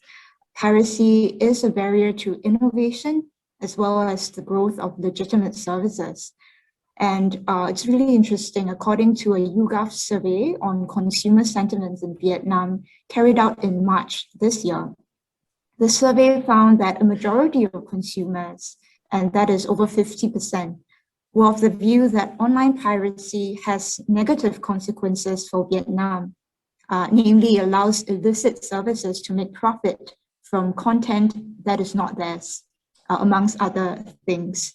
This is also a very timely conversation to have.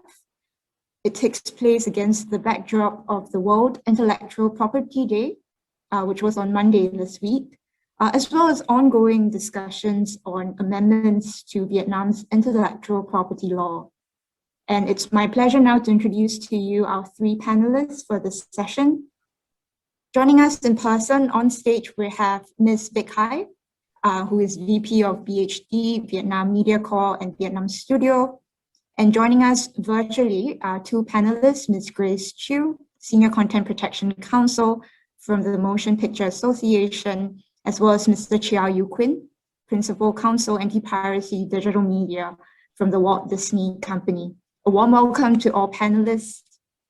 Bích Hai, if I could, I would like to start with you. You've had over 20 years of experience in the creative sector, specializing in TV and film distribution and production. And I would imagine a lot of work and hours goes into the production and distribution of a TV show or a film. And I was wondering, would you be able to share with us your experience having your works copied without permission? Over to you, Bích Hai. That's right. I've been working in many years in the production of movie and TV programs in Vietnam. It's quite a big challenge for us when it's challenging enough to have a good movie or TV program. But after that, we have another layer of challenges. For example, in Vietnam, if you steal a motorbike or even a bicycle, then you could be put in jail. But in VHD, we distribute Saigon, Miss Saigon in the first days of the show in the movie theaters. They have live streamed that movie at cinema. And Ngô Thành Vân, the producer, has to cooperate with the police to work with those who violate copyright. And the maximum fine is 15 million dong. It's less than $800. The film is costly, and this is a intellectual property by Vietnamese law. And in many people's mindset, people don't respect it very much. They believe that it's unfeasible. I mean, it's not physically touched and intangible, and it's difficult to hold. And for example, Mr. Lee Hai, when the season 6 face-off were introduced, and he has equilibrium, enough profit to cover loss, and now he has some money to produce the next seasons. And in Vietnam, IP assets cannot be valued and intangible. And Vietnamese movies and TV programs were violated online as well. A lot of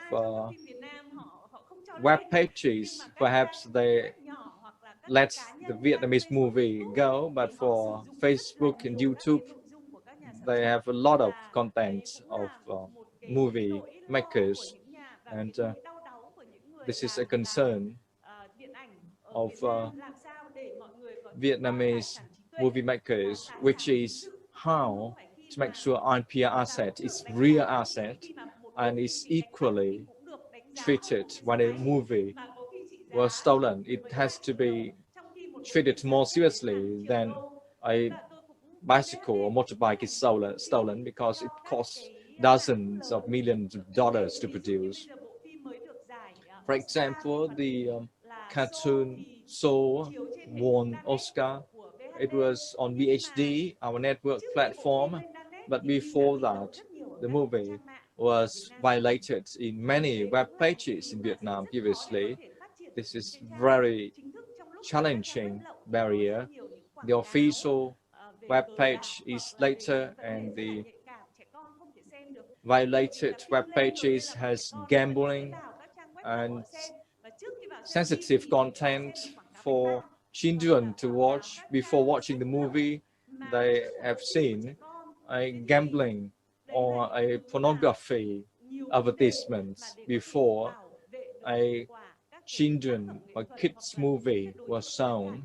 So it's difficult to protect them, the audience, and there are a lot of things to be done to support sustainable development of the screen industry.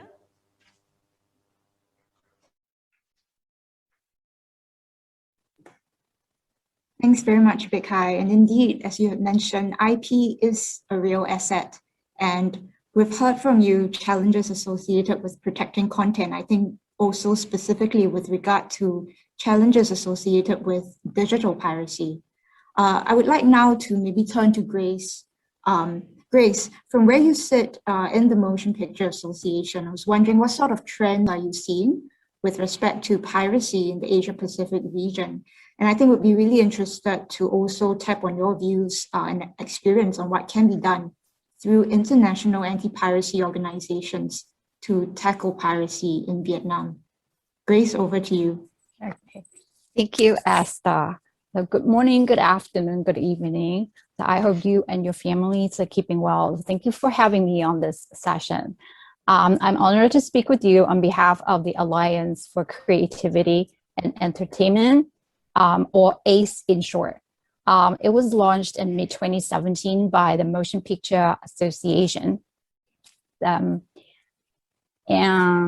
Well, ACE is a global coalition dedicated to protecting the legal market for our creative content. ACE fights piracy by working with a strong network of global allies. ACE has more than 30 members from around the world, including all the MPA members, Amazon Studios, Apple TV+. ACE aims to support the legal marketplace for audiovisual content and address the challenges posed by online piracy.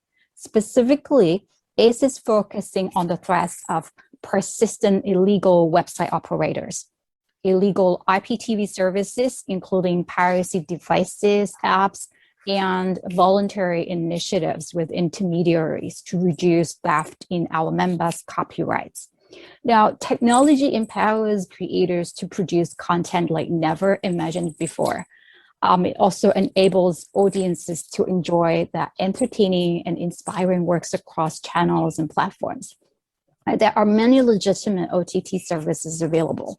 The availability of legal platforms is increasing rapidly. Now, next slide, please. Thank you. So at the same time, there are challenges from piracy and unauthorized access that compromise intellectual property. Online piracy poses a significant and growing threat to creators, rights holders, producers, and broadcasters around the world. The online content theft is the single greatest threat to the global audiovisual community. Now, an example here is the Filmora.net website. Like many other piracy websites, it profits by attracting significant numbers of users to the website to sell advertising. There are advertising banners on its pages when watching US motion pictures and TV programs, Chinese dramas, Korean drama, or other copyright contents. Users experience advertisements like pop-up advertisements, redirects, like all for Filmora's own commercial ends. And next slide, please. Thank you. So these figures here show the scale of harm by online piracy to local and foreign content and businesses. It threatens jobs, undermines investment, reduces tax contributions to governments, and stifles creativity. Next slide, please. So Filmora.net went down last year in June, a welcome result. But Filmora announced on its Facebook page that it was redirecting to filmoraz.net, and later make another announcement that its Facebook page, it was redirecting to filmoraz.net. And next slide, please. And then we can see the landing pages of Filmora site and the newly created site, right? The interfaces are exactly the same. Right, and next slide. Here's the popularity of Filmora.cc. So what we did, we need government and we need law enforcement. So a criminal referral was filed, and we welcome the recent decision of the MPS to continue investigation. Now, with new technologies, the delivery of valuable creative content to more users in more ways than ever before. Like at the same time, our content creators face enormous challenges to protect our movies and TV shows. Besides Filmora, there are other notorious infringing sites, and to name a few examples here. Next slide, please. Here's the domfilm.net, and the next one is a modfilm, and then the next one is an example, it's FifFilm. So, we need the government and the law enforcement to meet the challenges we face today and to help to stop infringement. And it would definitely benefit to Vietnam. Yeah, thank you, Esther. Yeah, over to you. Very much, Grace. I think I'm picking up on a theme around your remarks as well as Big Hi's remarks, because really there is a need for more enforcement. And particularly, you had also bring out the role of the government and law enforcement to this end. Now, Ukraine, we didn't forget about you. Turning to you, I think from the perspective of an international media company, what is important for Disney when it comes to content protection? And I was wondering also if you could share what are some copyright regime best practices that we can glean from around the world or around the region? Over to you, Ukraine. Thanks so much, Esther, and good day, everyone. So thank you so much for having me at this session to talk about an important issue that's close to my heart, so the protection of the content that we produce. So we've heard today about the challenges that we face, and even as an international company, you would see that we are also moving to the digital platform and offering our content directly to consumers around the world. And this is where there's a greater importance that we are facing in terms of protecting our content. With such a direct avenue to reach local consumers, we are also able to increase our focus and investment into local content.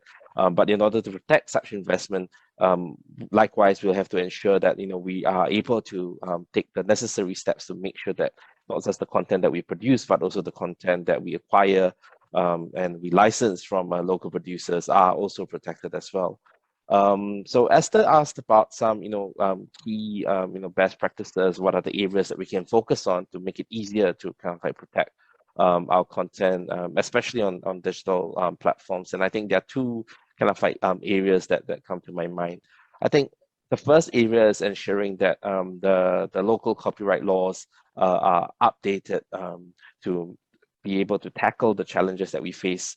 So historically, a lot of copyright piracy is used to be done by physical media, and that's where a lot of the laws kind of like were developed. And you have laws in relation to prohibition of sale of physical DVD, CD, VCDs, and those of you who would remember such devices. But nowadays, that's not how pirated content is distributed anymore. As Ms. Big Hai and then Ms. Grace have alluded to, a lot of piracy now happens on the internet via streaming, via downloading, via illegal websites. And so what we are seeing is that a lot of the older legislation might not be sufficiently adapted to tackle these new forms of distribution of pirated content, because those forms of piracy did not exist at the time when those laws were developed. So we're not talking about just territories like Vietnam, but even certain more developed IP regimes like in Singapore. We're having a review of the copyright laws, and when we're updating the regulations to make sure that new forms of piracy via the internet, via apps, via illicit streaming devices are also issues that the law is able to deal with, both from a civil remedy perspective, and importantly also to allow for criminal action to be taken against pirates. One kind of like particular remedy that we have seen developed in various jurisdictions that's used to great effect is this remedy of site blocking, either via an administrative regime or via a court-based regime. And site blocking basically allows the owners of content to apply to either the regulators or the courts for an order to the local internet service providers to block access from the public to sites that are streaming or making available pirated content. What we have seen is that for countries which have adopted site blocking, and especially countries which have regular waves of site blocking, we do see a noticeable reduction in sort of like access to those pirated sites.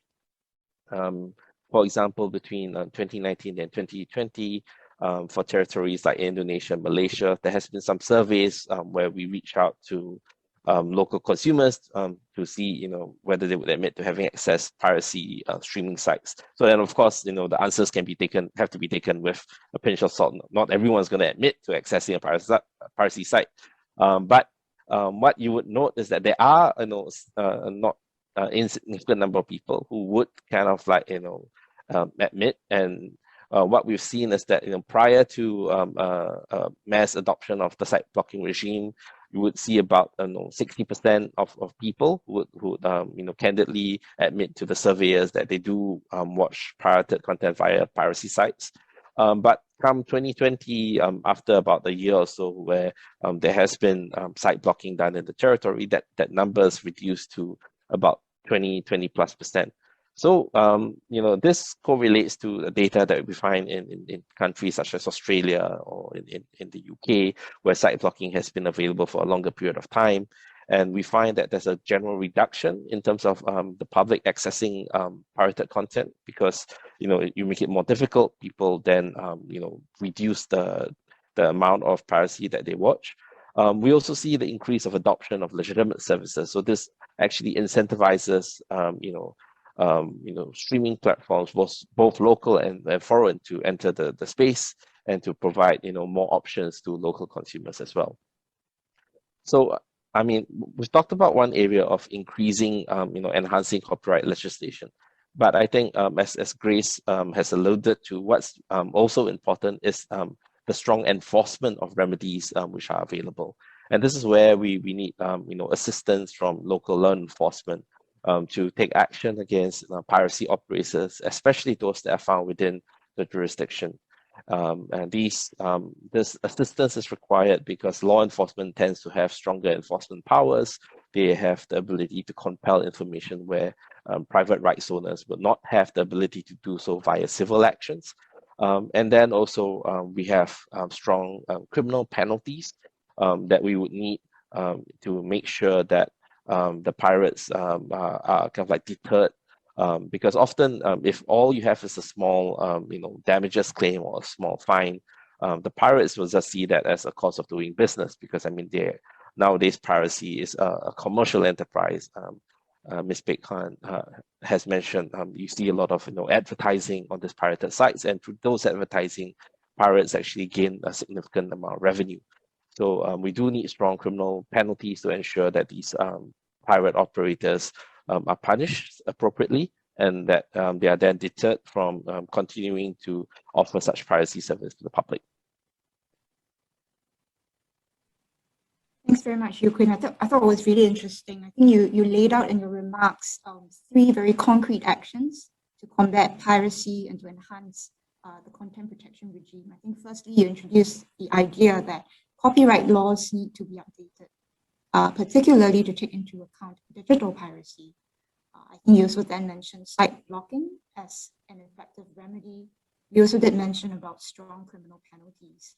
I would like to sort of stay on the topic of concrete actions to combat piracy, and I would like now to circle back to Baek Hai. If I could ask you a question, Baek Hai. Earlier on, you mentioned that penalties for piracy do not quite match up to penalties for theft of a physical product in Vietnam. And I was wondering, from your perspective, what sort of enforcement measures do you think are required or necessary to reduce piracy in Vietnam? Baek Hai, over to you.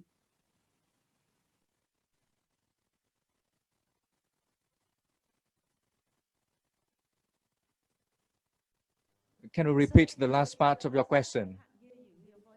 Sure. So the question really is, from your perspective, what sort of enforcement measures do you think are required to reduce piracy in Vietnam? I think that question is tough because in Vietnam, respect to IPR should be from various layers. First, from lawmakers, because law allows us to protect IP assets for filmmakers, and then to the users of content. Previously, dozens of years ago, Vietnam didn't have any copyright movies, and it's a kind of user psychology. When they use a pirated content, this is a kind of psychological message to them, and we have the media agencies here. I think in Vietnam, people at different levels should contribute their part, and men and women on the street, before we see or consume any illegal content, we need to pause and think twice about it. Previously, we didn't think that it harms the screen industry a lot, but recently we have seen a lot of workshops on cinema laws, and many people say that this is an industry, which means if movie makers are not protected against piracy, and movies could not yield profit, and if the content industry is not profitable enough, then movie makers won't think twice before making a new movie. Or, of course, they have to make profit to invest in higher more costly movies afterwards. And copyright is what movie makers always think about in Vietnam. It relates to different layers of regulators as well as laypersons, man and woman in the street. I talked to Ms. Hoa previously, and we all say this is a lingering story, keeping going on for dozens of years. And if we look back, in 20 years, Vietnam's copyright ecosystem has improved a lot, and I hope that in the next 5 years or 10 years, we do not need to talk about piracy. And then enforcement of IPR, it's the asset, real asset, and we need to have a normal terms instead of jargons. when we talk about IPRs in Vietnam, so that people believe that movie is a real asset. It's an investment of a lot of actors and actresses, and it has to be intellectual property, and it has to be respected. And I hope everyone would contribute their part so that in the next 5 years, we do not need to repeat this topic. Thank you very much, Big-Hai. That was really, really interesting. I think, again, you've mentioned IP is a real asset. IP is an investment. And what you had also mentioned, which was really interesting, is that there is an educational angle as well for consumers. Consumers need to be educated on the harms of piracy, the impact that it has on creatives, as well as the creative industry. Really, really interesting points.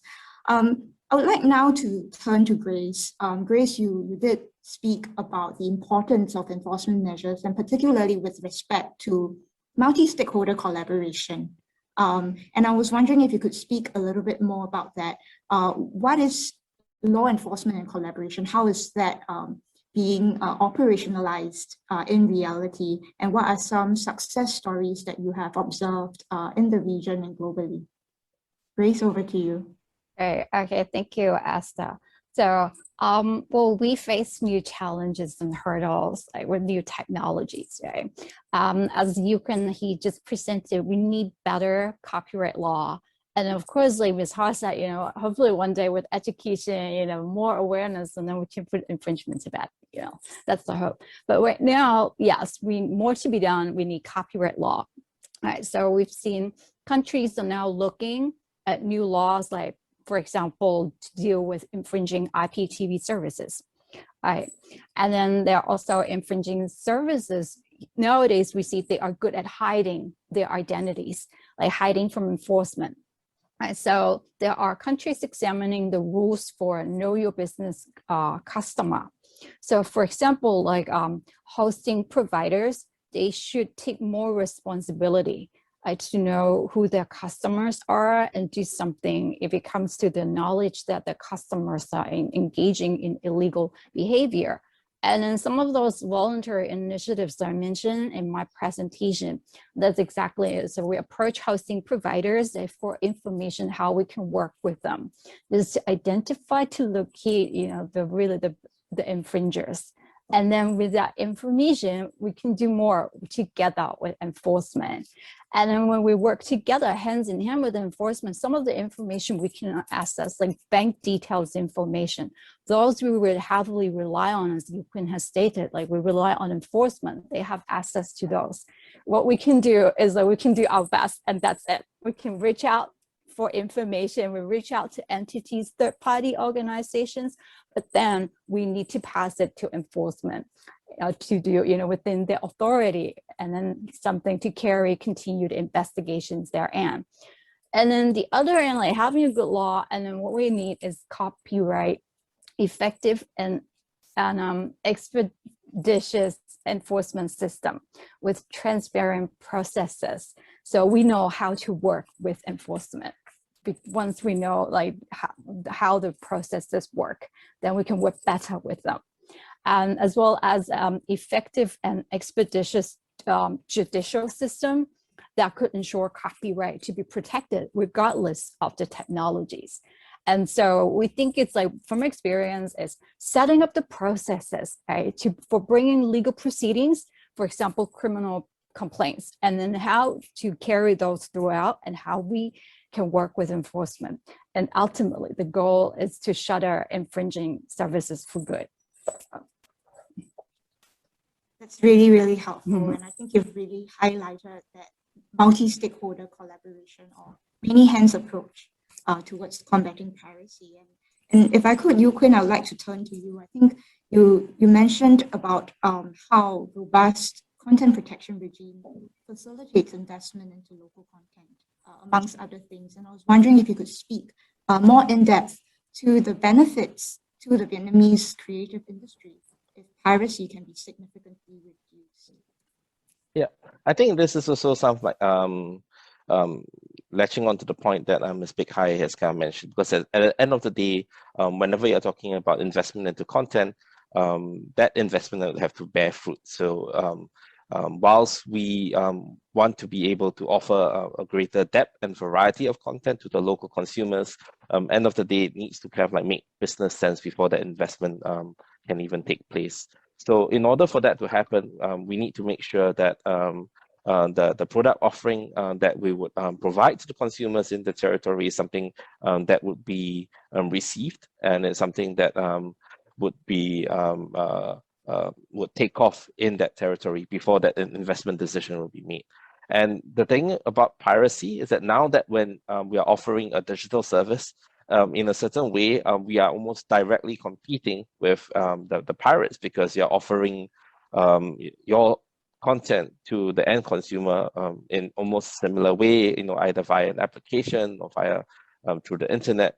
And I mean, we've heard, you know, often complaints about how you know, people want to view pirated content because you know, the price is too high for legitimate content, because you know, the content is not available. But the fact is that if you're looking at just pure monetary, you know, the monetary proposition, in a way, piracy websites don't often require users to sort of like pay a subscription. So in that sense, the subscribers may consider that, you know, as pirated content being free, and then no matter how low we can bring down the price for a legitimate subscription service, we can never kind of like beat free. But if you look at it from another perspective, is what the pirates offering actually free in that sense? And I've to kind of like repeat the quote that I've heard. I can't recall who made that quote. I can't attribute it, but I've read somewhere that when it comes to internet services, if you are not paying for the product, then you are the product. So it's not free in the sense that because you're not paying for it, what you have become is actually a product for that service. And in what sense are you the product? You are the target of advertising. So when you go on a lot of pirate sites, you will find that yourself being bombarded by, you know, tons of advertising, and a lot of it, you know, not very nice advertising. It's not advertising that you want kids to see, definitely. And not just advertising, a lot of the piracy sites are actually have maybe even a more malicious intent, and sometimes they are like filled with malware, and they could infect your computers, because that's how you know, pirates then get access to your computers, to your data, and again, that's where you're the product. So from the consumer's perspective, I mean, this is something that they do need to recognize. And once again, I think this whole concept of education comes into play as well. So education, not just to recognize that piracy is wrong, that, you know, there is you know, a value to the IP that we create when we create legitimate content, and when we invest in legitimate content locally, that's something that we create. That value would sort of like exponentially increase, because you're just creating jobs for the local content industry as well. But you know, we need to kind of like educate users that, you know, piracy nowadays is really no longer truly free, because there's so much advertising that goes into pirate sites, and there's so much risk of, you know, malicious malware, you know, latching onto your computers. You know, the pirates out there, they're not doing it because they want to offer you free stuff. They're doing it because they want to make money off you. It's just that they're doing it in a way that you don't recognize it to be. So, you know, why not just you know, subscribe to a legitimate service, go to a legitimate platform. At least there, you know exactly where your money is going to support the platform, is going to allow the platform to invest in new content, more content for the local consumers as well. Thanks very much, Yuquin. I think that really reinforces the importance of education as well as raising awareness. Now, I understand Director Zoom from the audience would like to share his experience in relation to protecting film copyright in Vietnam. Director Zoom, you have the floor. Thật ra thì mình thấy rằng là cái bản quyền Việt Nam thì từ đó giờ I think copyright in Vietnam has not been highly respected perhaps because it's not crystal clear when it comes to the property. And in my movie, it was cut into small parts for YouTube distribution. And actors and actresses, whether they have profit shares from YouTube, I'm not sure. So technology always goes faster. And when we see problems, we have to try to protect creators' right.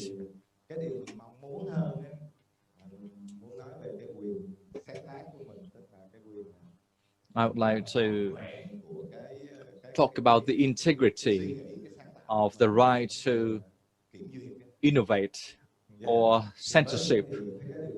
I think censorship is even more important. As a director and script writer,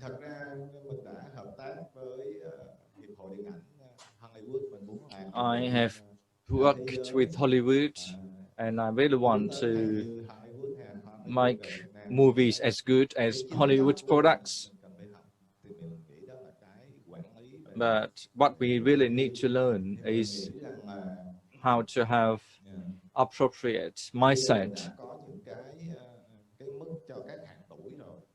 We have different ages in our classification of films, 18 plus, and then you cannot show the film, then I think it's unfair. I think the audience knows and can tell right from wrong. And if a movie is not up to their taste, they would oppose. And we should not be too afraid when it comes to censorship. And some workshops talk about censorship before. And I hope that in the future, we need to remove censorship. All people say it's difficult, but I think censorship has been loosening and more easygoing recently, so that we have complete revenue for the movie.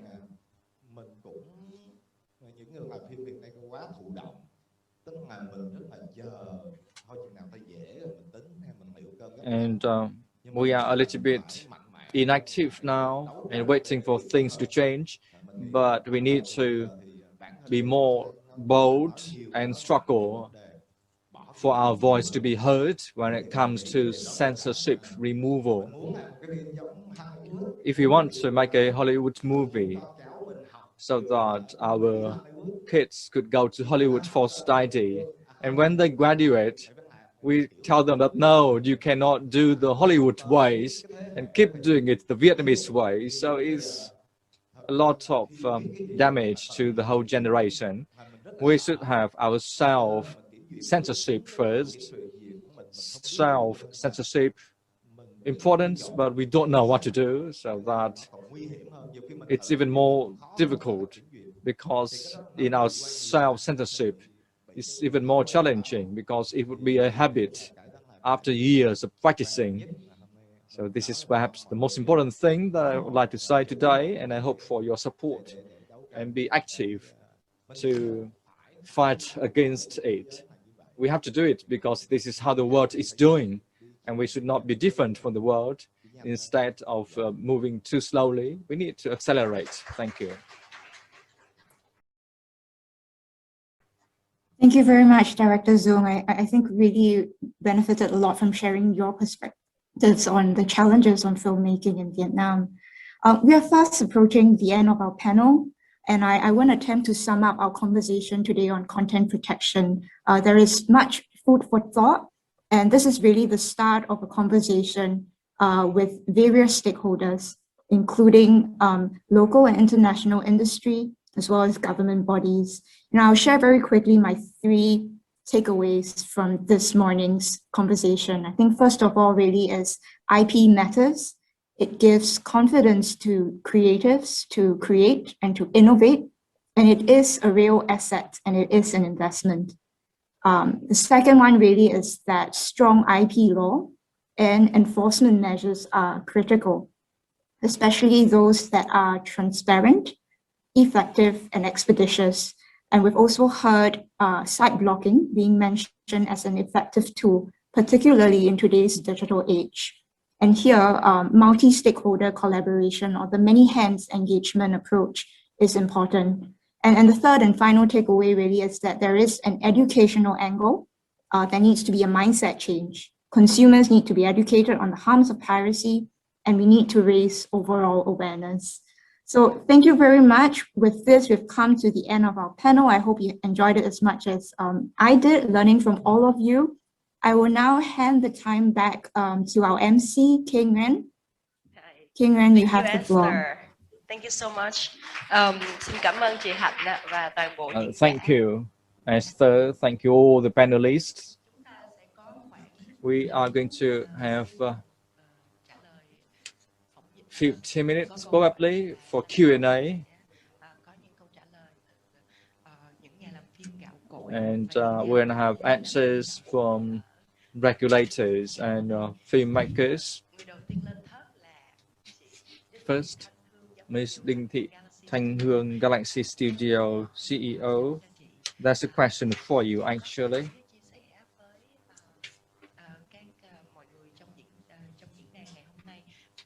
Please share with us the training aspect, human resource development and training for movie professionals in Vietnam. You have a lot of experience. You produce the girls with long legs, very famous years ago. Please.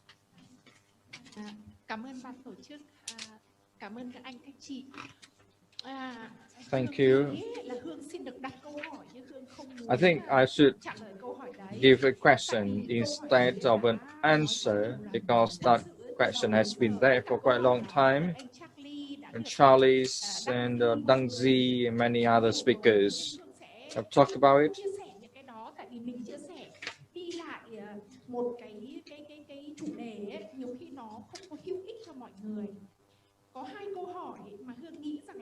There are two questions. I'm wondering if MPA could help us to understand better the motion picture industry in the world. And question two about policy.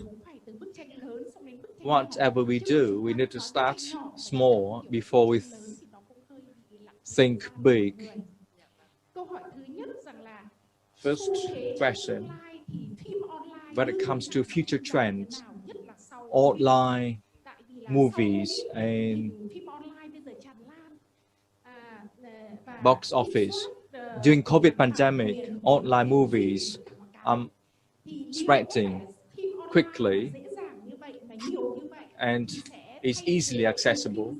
The question is whether in the future, box office perhaps will be replaced by online movies. And this is a sharing model. And perhaps we cannot develop movie industries because of global sharing practices. Perhaps this is the first update question that we need to think about and discuss instead of asking about future trends. So the first question is about online movies versus box office. Question two, when it comes to training, we should have a public policy training to help regulators and movie makers improve their mutual understanding and stay closer to each other. When it comes to the screen industry, regulators may not understand the nuts and bolts of the movie industry's practices. And If there's any glue for training, we should focus on public policy training relating to movie industry. And I hope that in the next workshops will be more updated and we will change the topics that we have talked about today. Thank you, Madam Hương. So I raised two questions, perhaps two topics for discussion. First question is what next after COVID pandemic? Future for box office versus emerging online movie VOD. So let's have an open discussion.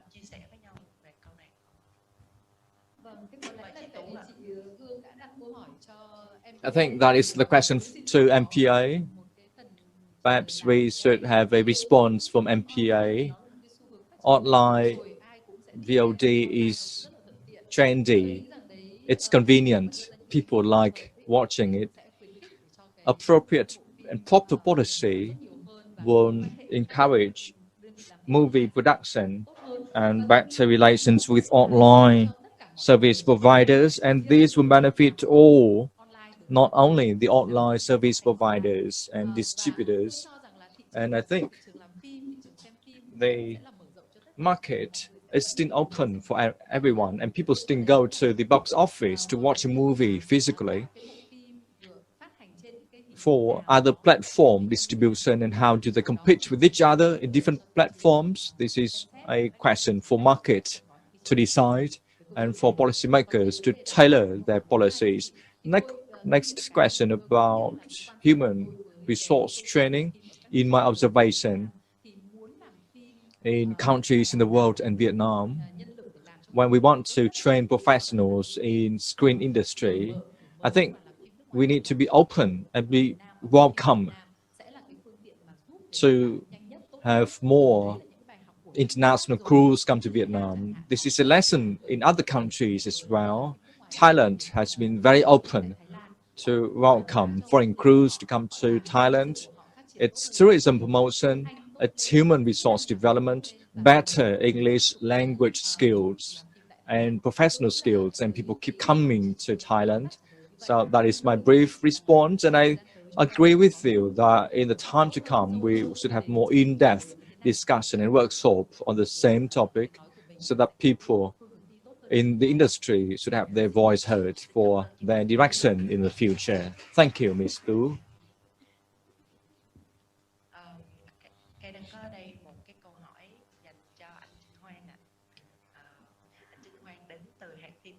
A question to Cheng Hoan from HK, a member of Vietnam Film Development Association.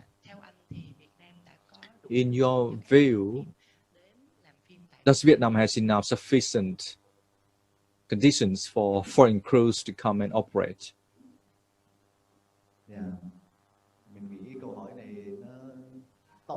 I think this question is broad and it's tough for me actually.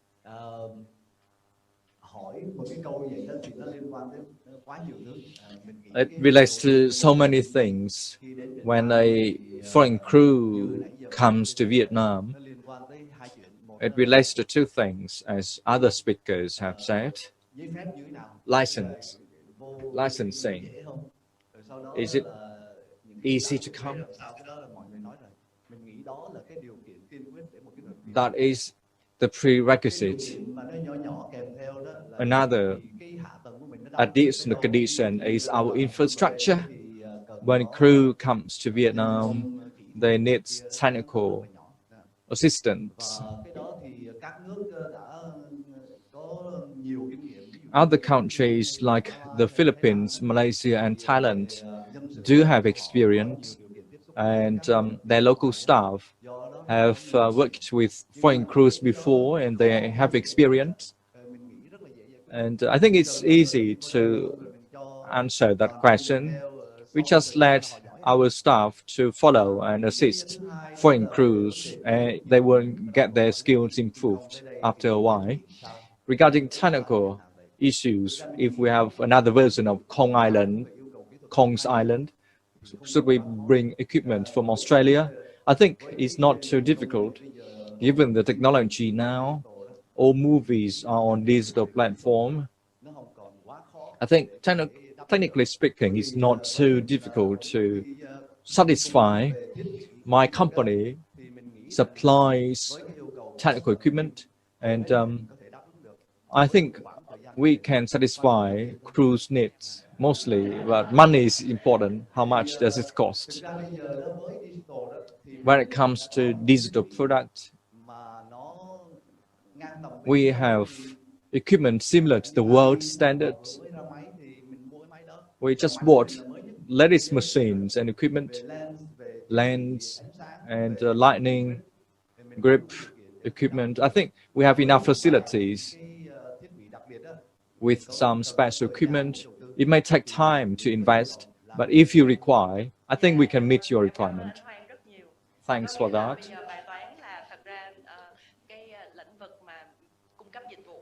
In terms of service, supplies, it's available in Vietnam. We just wait for the licensing issue to be settled. And as Ms. Dung said, we should remove censorship barrier when it comes to script. If we cooperate with foreign countries, crew. Any other questions?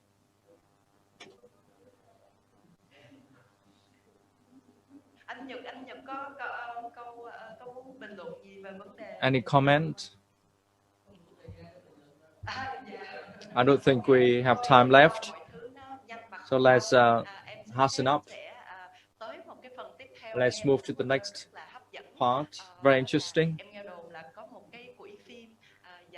Rumors says there's a new fund with 100,000 US dollars of sponsorship. I would like to invite Director Bùi Thạc Chuyên to talk about this.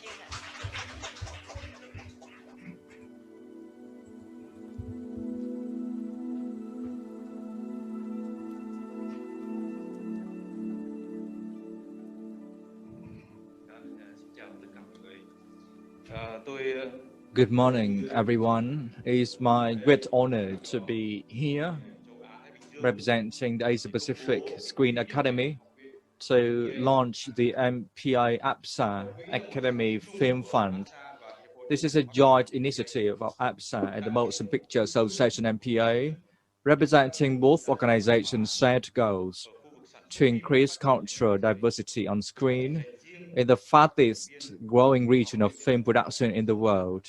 And it's open exclusively to members of the Asia Pacific Screen Academy.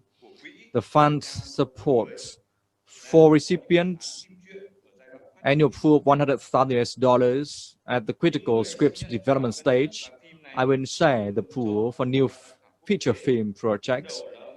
The winners will be determined by an international jury headed by esteemed Australian film distributor, historian, and documentary filmmaker Andrew Pike, OAM, who is now in his 12th year steering the selection process. He's joined by 2019 MPA APSA Academy Film Fund recipient, acclaimed producer Catherine Fitzgerald, New Zealand, and highly regarded another woman, executive and Screen Australia's head of Indigenous Maramanindiji woman, Penny Smolacom, Australia.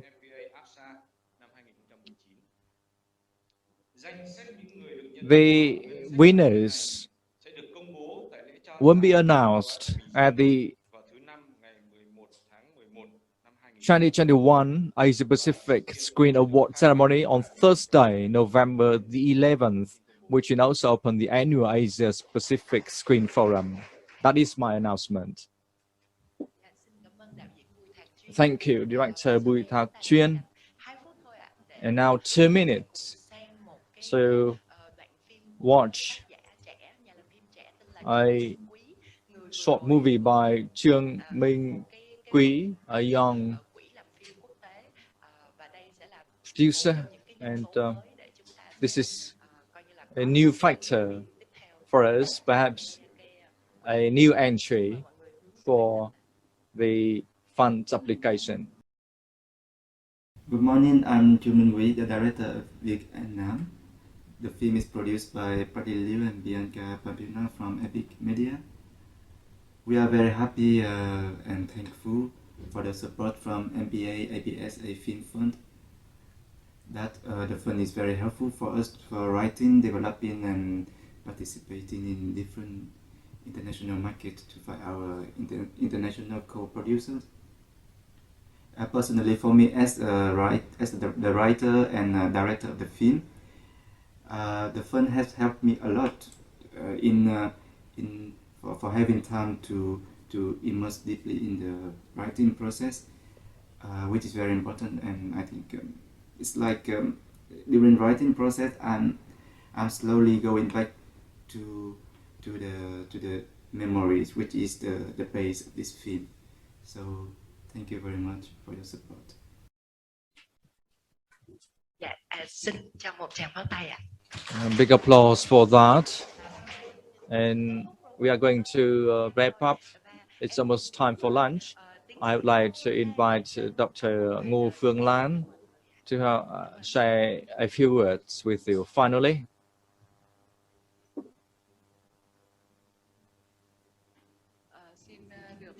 once again, hello, and as we promised from the beginning, this workshop would be very interesting and useful for all of us, from regulators, movie makers at home and abroad. And this is what we have achieved this morning.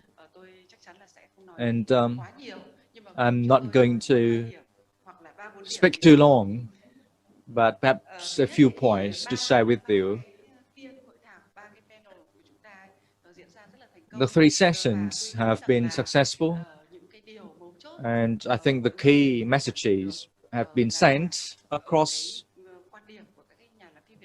Vietnamese movie makers' perspectives have been said. We have to tell Vietnamese story, history and culture, and we should not always have a hidden potential all the time. It's high time now to have it fully developed and realized. This is within our reach, of course, in the hands of movie makers first, and then regulators should be the launching pad for us to realize their ideas. Thinking globally, in Vietnam's screen industry, it just started. We are in the infant stage, but please need to be lacking confidence. We have more than 4 trillion dong of revenue, overpassing a lot of estimates.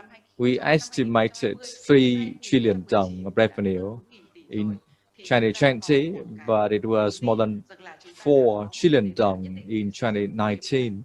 This is a firm foundation for the industry to grow, because once we have market, we have capital for reproduction, and spiritual and cultural values won't have conditions to be realized. And importantly, speakers from MPA and local community have called for addressing the challenges for foreign crews to come, and mostly incentives. Countries do have incentives, and that's why in the revised cinema law, we should have incentives for screen industry. Next, it's procedure barriers. And the Vietnam Film Development Association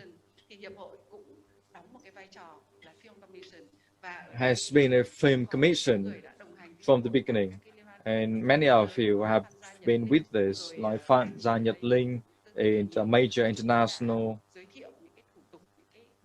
festivals, and we have introduced our policies to the world, but unfortunately, many of our scheduled activities have been postponed due to COVID.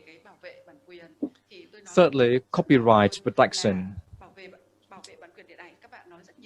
You have talked about it, and it would be very different because cinema is unique and it's different. It's different from other IPRs. And I really wish that in the revised cinema law, we will have specific regulations on screen industry's copyright. The previous version of the law has one article about cinema copyright protection, and now it has been removed in the latest draft.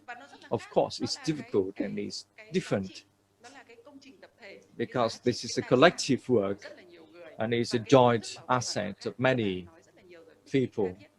And one more thing,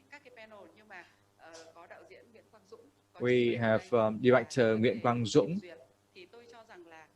talking about it, and it's not listed in the agenda, which is censorship. We should have gradual judgment. We should not be too fast. It's like we are raising the retirement age in Vietnam. It's step by step in small increment for men and women.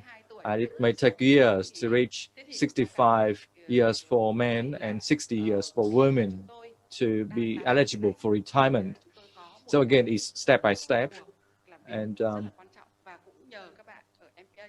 thanks to MPA, we ran an important workshop in the past to draft a circular on classification of films according to ages. And it was available in 2015, but it took effect in 2017. And this is a guidance, and it's a gradual achievement as recognized by foreign filmmakers. In the law, if we have an equal play footing between the digital platform, VOD, and box office, we would not have pre-censorship in the VOD, but we have pre-censorship in the movie theaters. So what? It's permissible. It has to be crystal clear. The current version of the law and the current draft, it's difficult for censorship removal. Everything has to be transparent, and there should be no speculation and no misunderstanding between regulators, distributors, and producers. On behalf of movie makers and members of the Vietnam Film Development Association, this is my message. Once again, thank you, MPA, for co-hosting this workshop with us. Vietnam Film Development Association, thank you. Academics University Ho Chi Minh City, and thank you all speakers and participants. It's interesting and a lot of content. It's intense workshop actually, and I'd like to thank to MPA and all participants, filmmakers. We join hands for cooperation. I really want to have specific products. In particular, in the next 1 or 2 years, we have 1, 2, or 3 movies by Hollywood movies made in Vietnam, and we will promise what we can do, we'll do it for you. And then Vietnamese movies could be distributed to the world, and I would not keep you here any longer. I'd like to close the workshop here. Ms. Tu, anything you want to say? MPI Vietnam, Ms. Tu.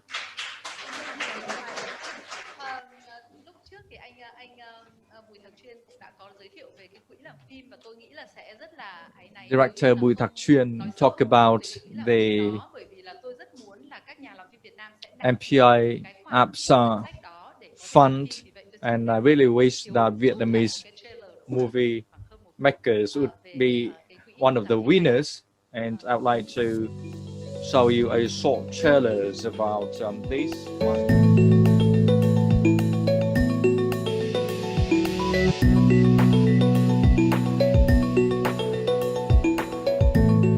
Imagine all the stories bursting to be told across this rich tapestry of people and culture and experiences. And I am so proud to represent the Motion Picture Association of America today in partnership with the Asia Pacific Screen Awards as we celebrate the MPA APSA Academy Film Fund. This scheme has helped to create some incredible films since it began, including A Separation by Asghar Farhadi from the Islamic Republic of Iran, which went on to receive, as we've heard, more than 50 awards, including an Academy Award and a Golden Globe. The winner of the UNESCO Award, Memories on Stone from Iraqi Kurdistan. I would like to dedicate this award to my people in Kurdistan. This film, I get fund for a script in Asia Pacific Screen Awards. Asia Pacific is alive with vibrant and fearless filmmakers telling their stories. Just 2 weeks ago, we rejoiced in the success of a film from one of our most courageous filmmakers, Mariam Ebrahini's documentary, No Burqas Behind Bars, which won the prestigious Documentary International Emmy Award. In 2018, no fewer than 3 films that had received grants from the fund screened in the official competition at the Cannes Film Festival. Burning by Lee Chang-dong from the Republic of Korea, Aika by Sergei Dvortsevoy from Kazakhstan, and The Wild Pear Tree from Turkey. The APSA Jury Grand Prize goes to the film Burning. We thank you, APSA, MPA, and all the people who have been with the film Burning. And then at the Venice Film Festival in 2018, 2 more films were given their premieres. The winner of this year's award is Memories of My Body. It is so critical that we and so many partners in this extended family provide a network that allows these stories to be heard, not only throughout this enormous region, but around the world. These stories matter, not only in their own right, but because they're part of a bigger and ever-widening story, the story of all of us.